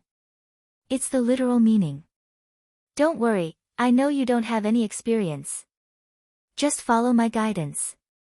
What the hell? Experience? Guidance? Why does it sound so? Cough cough. Luoya looked at the girl who was looking at him with her curved eyes. His face unconsciously began to turn red. Noah Ayer persisted for a moment and finally couldn't help but laugh. Ha, I found you to be quite cute sometimes. Don't worry, it won't hurt. No, you're the one who will hurt. Noah Iyer didn't know what her unintentional words made the knowledgeable Luoya think. She only thought that the boy was afraid. She reached out and grabbed Luoya's hand and placed it on top of the dagger. She lightly cut the edge of the dagger. Blood gushed out from both of their fingers, mixing together and dyeing the dagger red. The stinging pain made Luoya frown, but he didn't say anything. Soon, he realized that something was wrong. He felt a suction force coming from his wound. More and more blood flowed out, as if the dagger was sucking it. It's okay, trust me. Noah Iyer held Luoya's hand tightly. Her blue eyes calmly looked at Luoya's golden eyes, making the boy's heart calm down. Seeing this, Miss Angel smiled. She closed her eyes and chanted something. At the same time, Luoya felt a strange curse. The strange curse power was born from the blood of the two of them. As the blood seeped into the blade, the winged dagger was like dry soil absorbing water, gradually fading away from the darkness and blooming with light. But at this moment, something unexpected happened. Ugh! Luoya, who was curiously observing the dagger, suddenly felt a pain in his eyes. Some vague images appeared in front of his eyes. They were many fragments, like old photo albums flashing in front of him. He wanted to take a closer look, but found that he couldn't see clearly. A burning sensation rushed to his brain, making him shake. Luoya. What happened to you? Huh? Noah Iyer's voice sounded beside him. Luoya, who seemed to be immersed in another world, suddenly woke up. The boy and the girl looked at each other curiously for a moment. I'm fine. Luoya sensed his own condition and gave an answer. At the same time, he began to mutter in his heart. What was going on? Cerebral hemorrhage? It couldn't be, and why would there be an illusion? Could it be that he had been exercising too intensely recently and was tired? The young man tried to explain his condition from a scientific point of view, but he shook his head in confusion. He couldn't figure out what was wrong with him, and the Noah Iyer continued with the ritual. Nearly 5 minutes later, Noah Iyer finished his prayer. The two of them separated their hands, and the winged dagger under them was completely different from when they first received it. The blade of the dagger shone with a cold light. Give it a try. He's yours now. What did we just do? It's something like an opening ceremony. If you want to use the 12 wings, you must have the blood of an angel and an exclusive incantation. Our blood mixed together to make it recognize you. Noah Iyer said as he handed the box to the young man. Luoya took the box and took out the half-meter-long snow-white dagger. The weight was very suitable. He waved it and asked, "This treasure must have a special function." "What is it?" "That depends on you." "What do you mean?" "The ceremony of the winged dagger is not only to recognize its owner, but also to let it nurture extraordinary power from our blood. That is a gift from the angel, a gift that belongs only to you. No one else can use it. Usually, it will be completed within a month. Exclusive equipment. Personal binding." After listening to Noah Iyer's words, Luoya looked at the dagger in his hand with a fervent gaze. He was excited as if he was waiting for a prize. Miss Angel also took out a dagger, but compared to Luoya's snow-white dagger, it had a faint golden glow. The decoration was quite gorgeous. "By the way, thank you for your gift. Although its usefulness is limited, I still like its appearance." You're tuning in to the Blissful Bookshelf YouTube channel. We're so grateful for your support, and don't forget to subscribe to join us on this incredible journey through captivating stories. Your generosity through donations truly makes a world of difference, as it's the primary source of revenue that allows me to expand and enhance this channel for you. Thank you from the bottom of my heart for being a part of this adventure.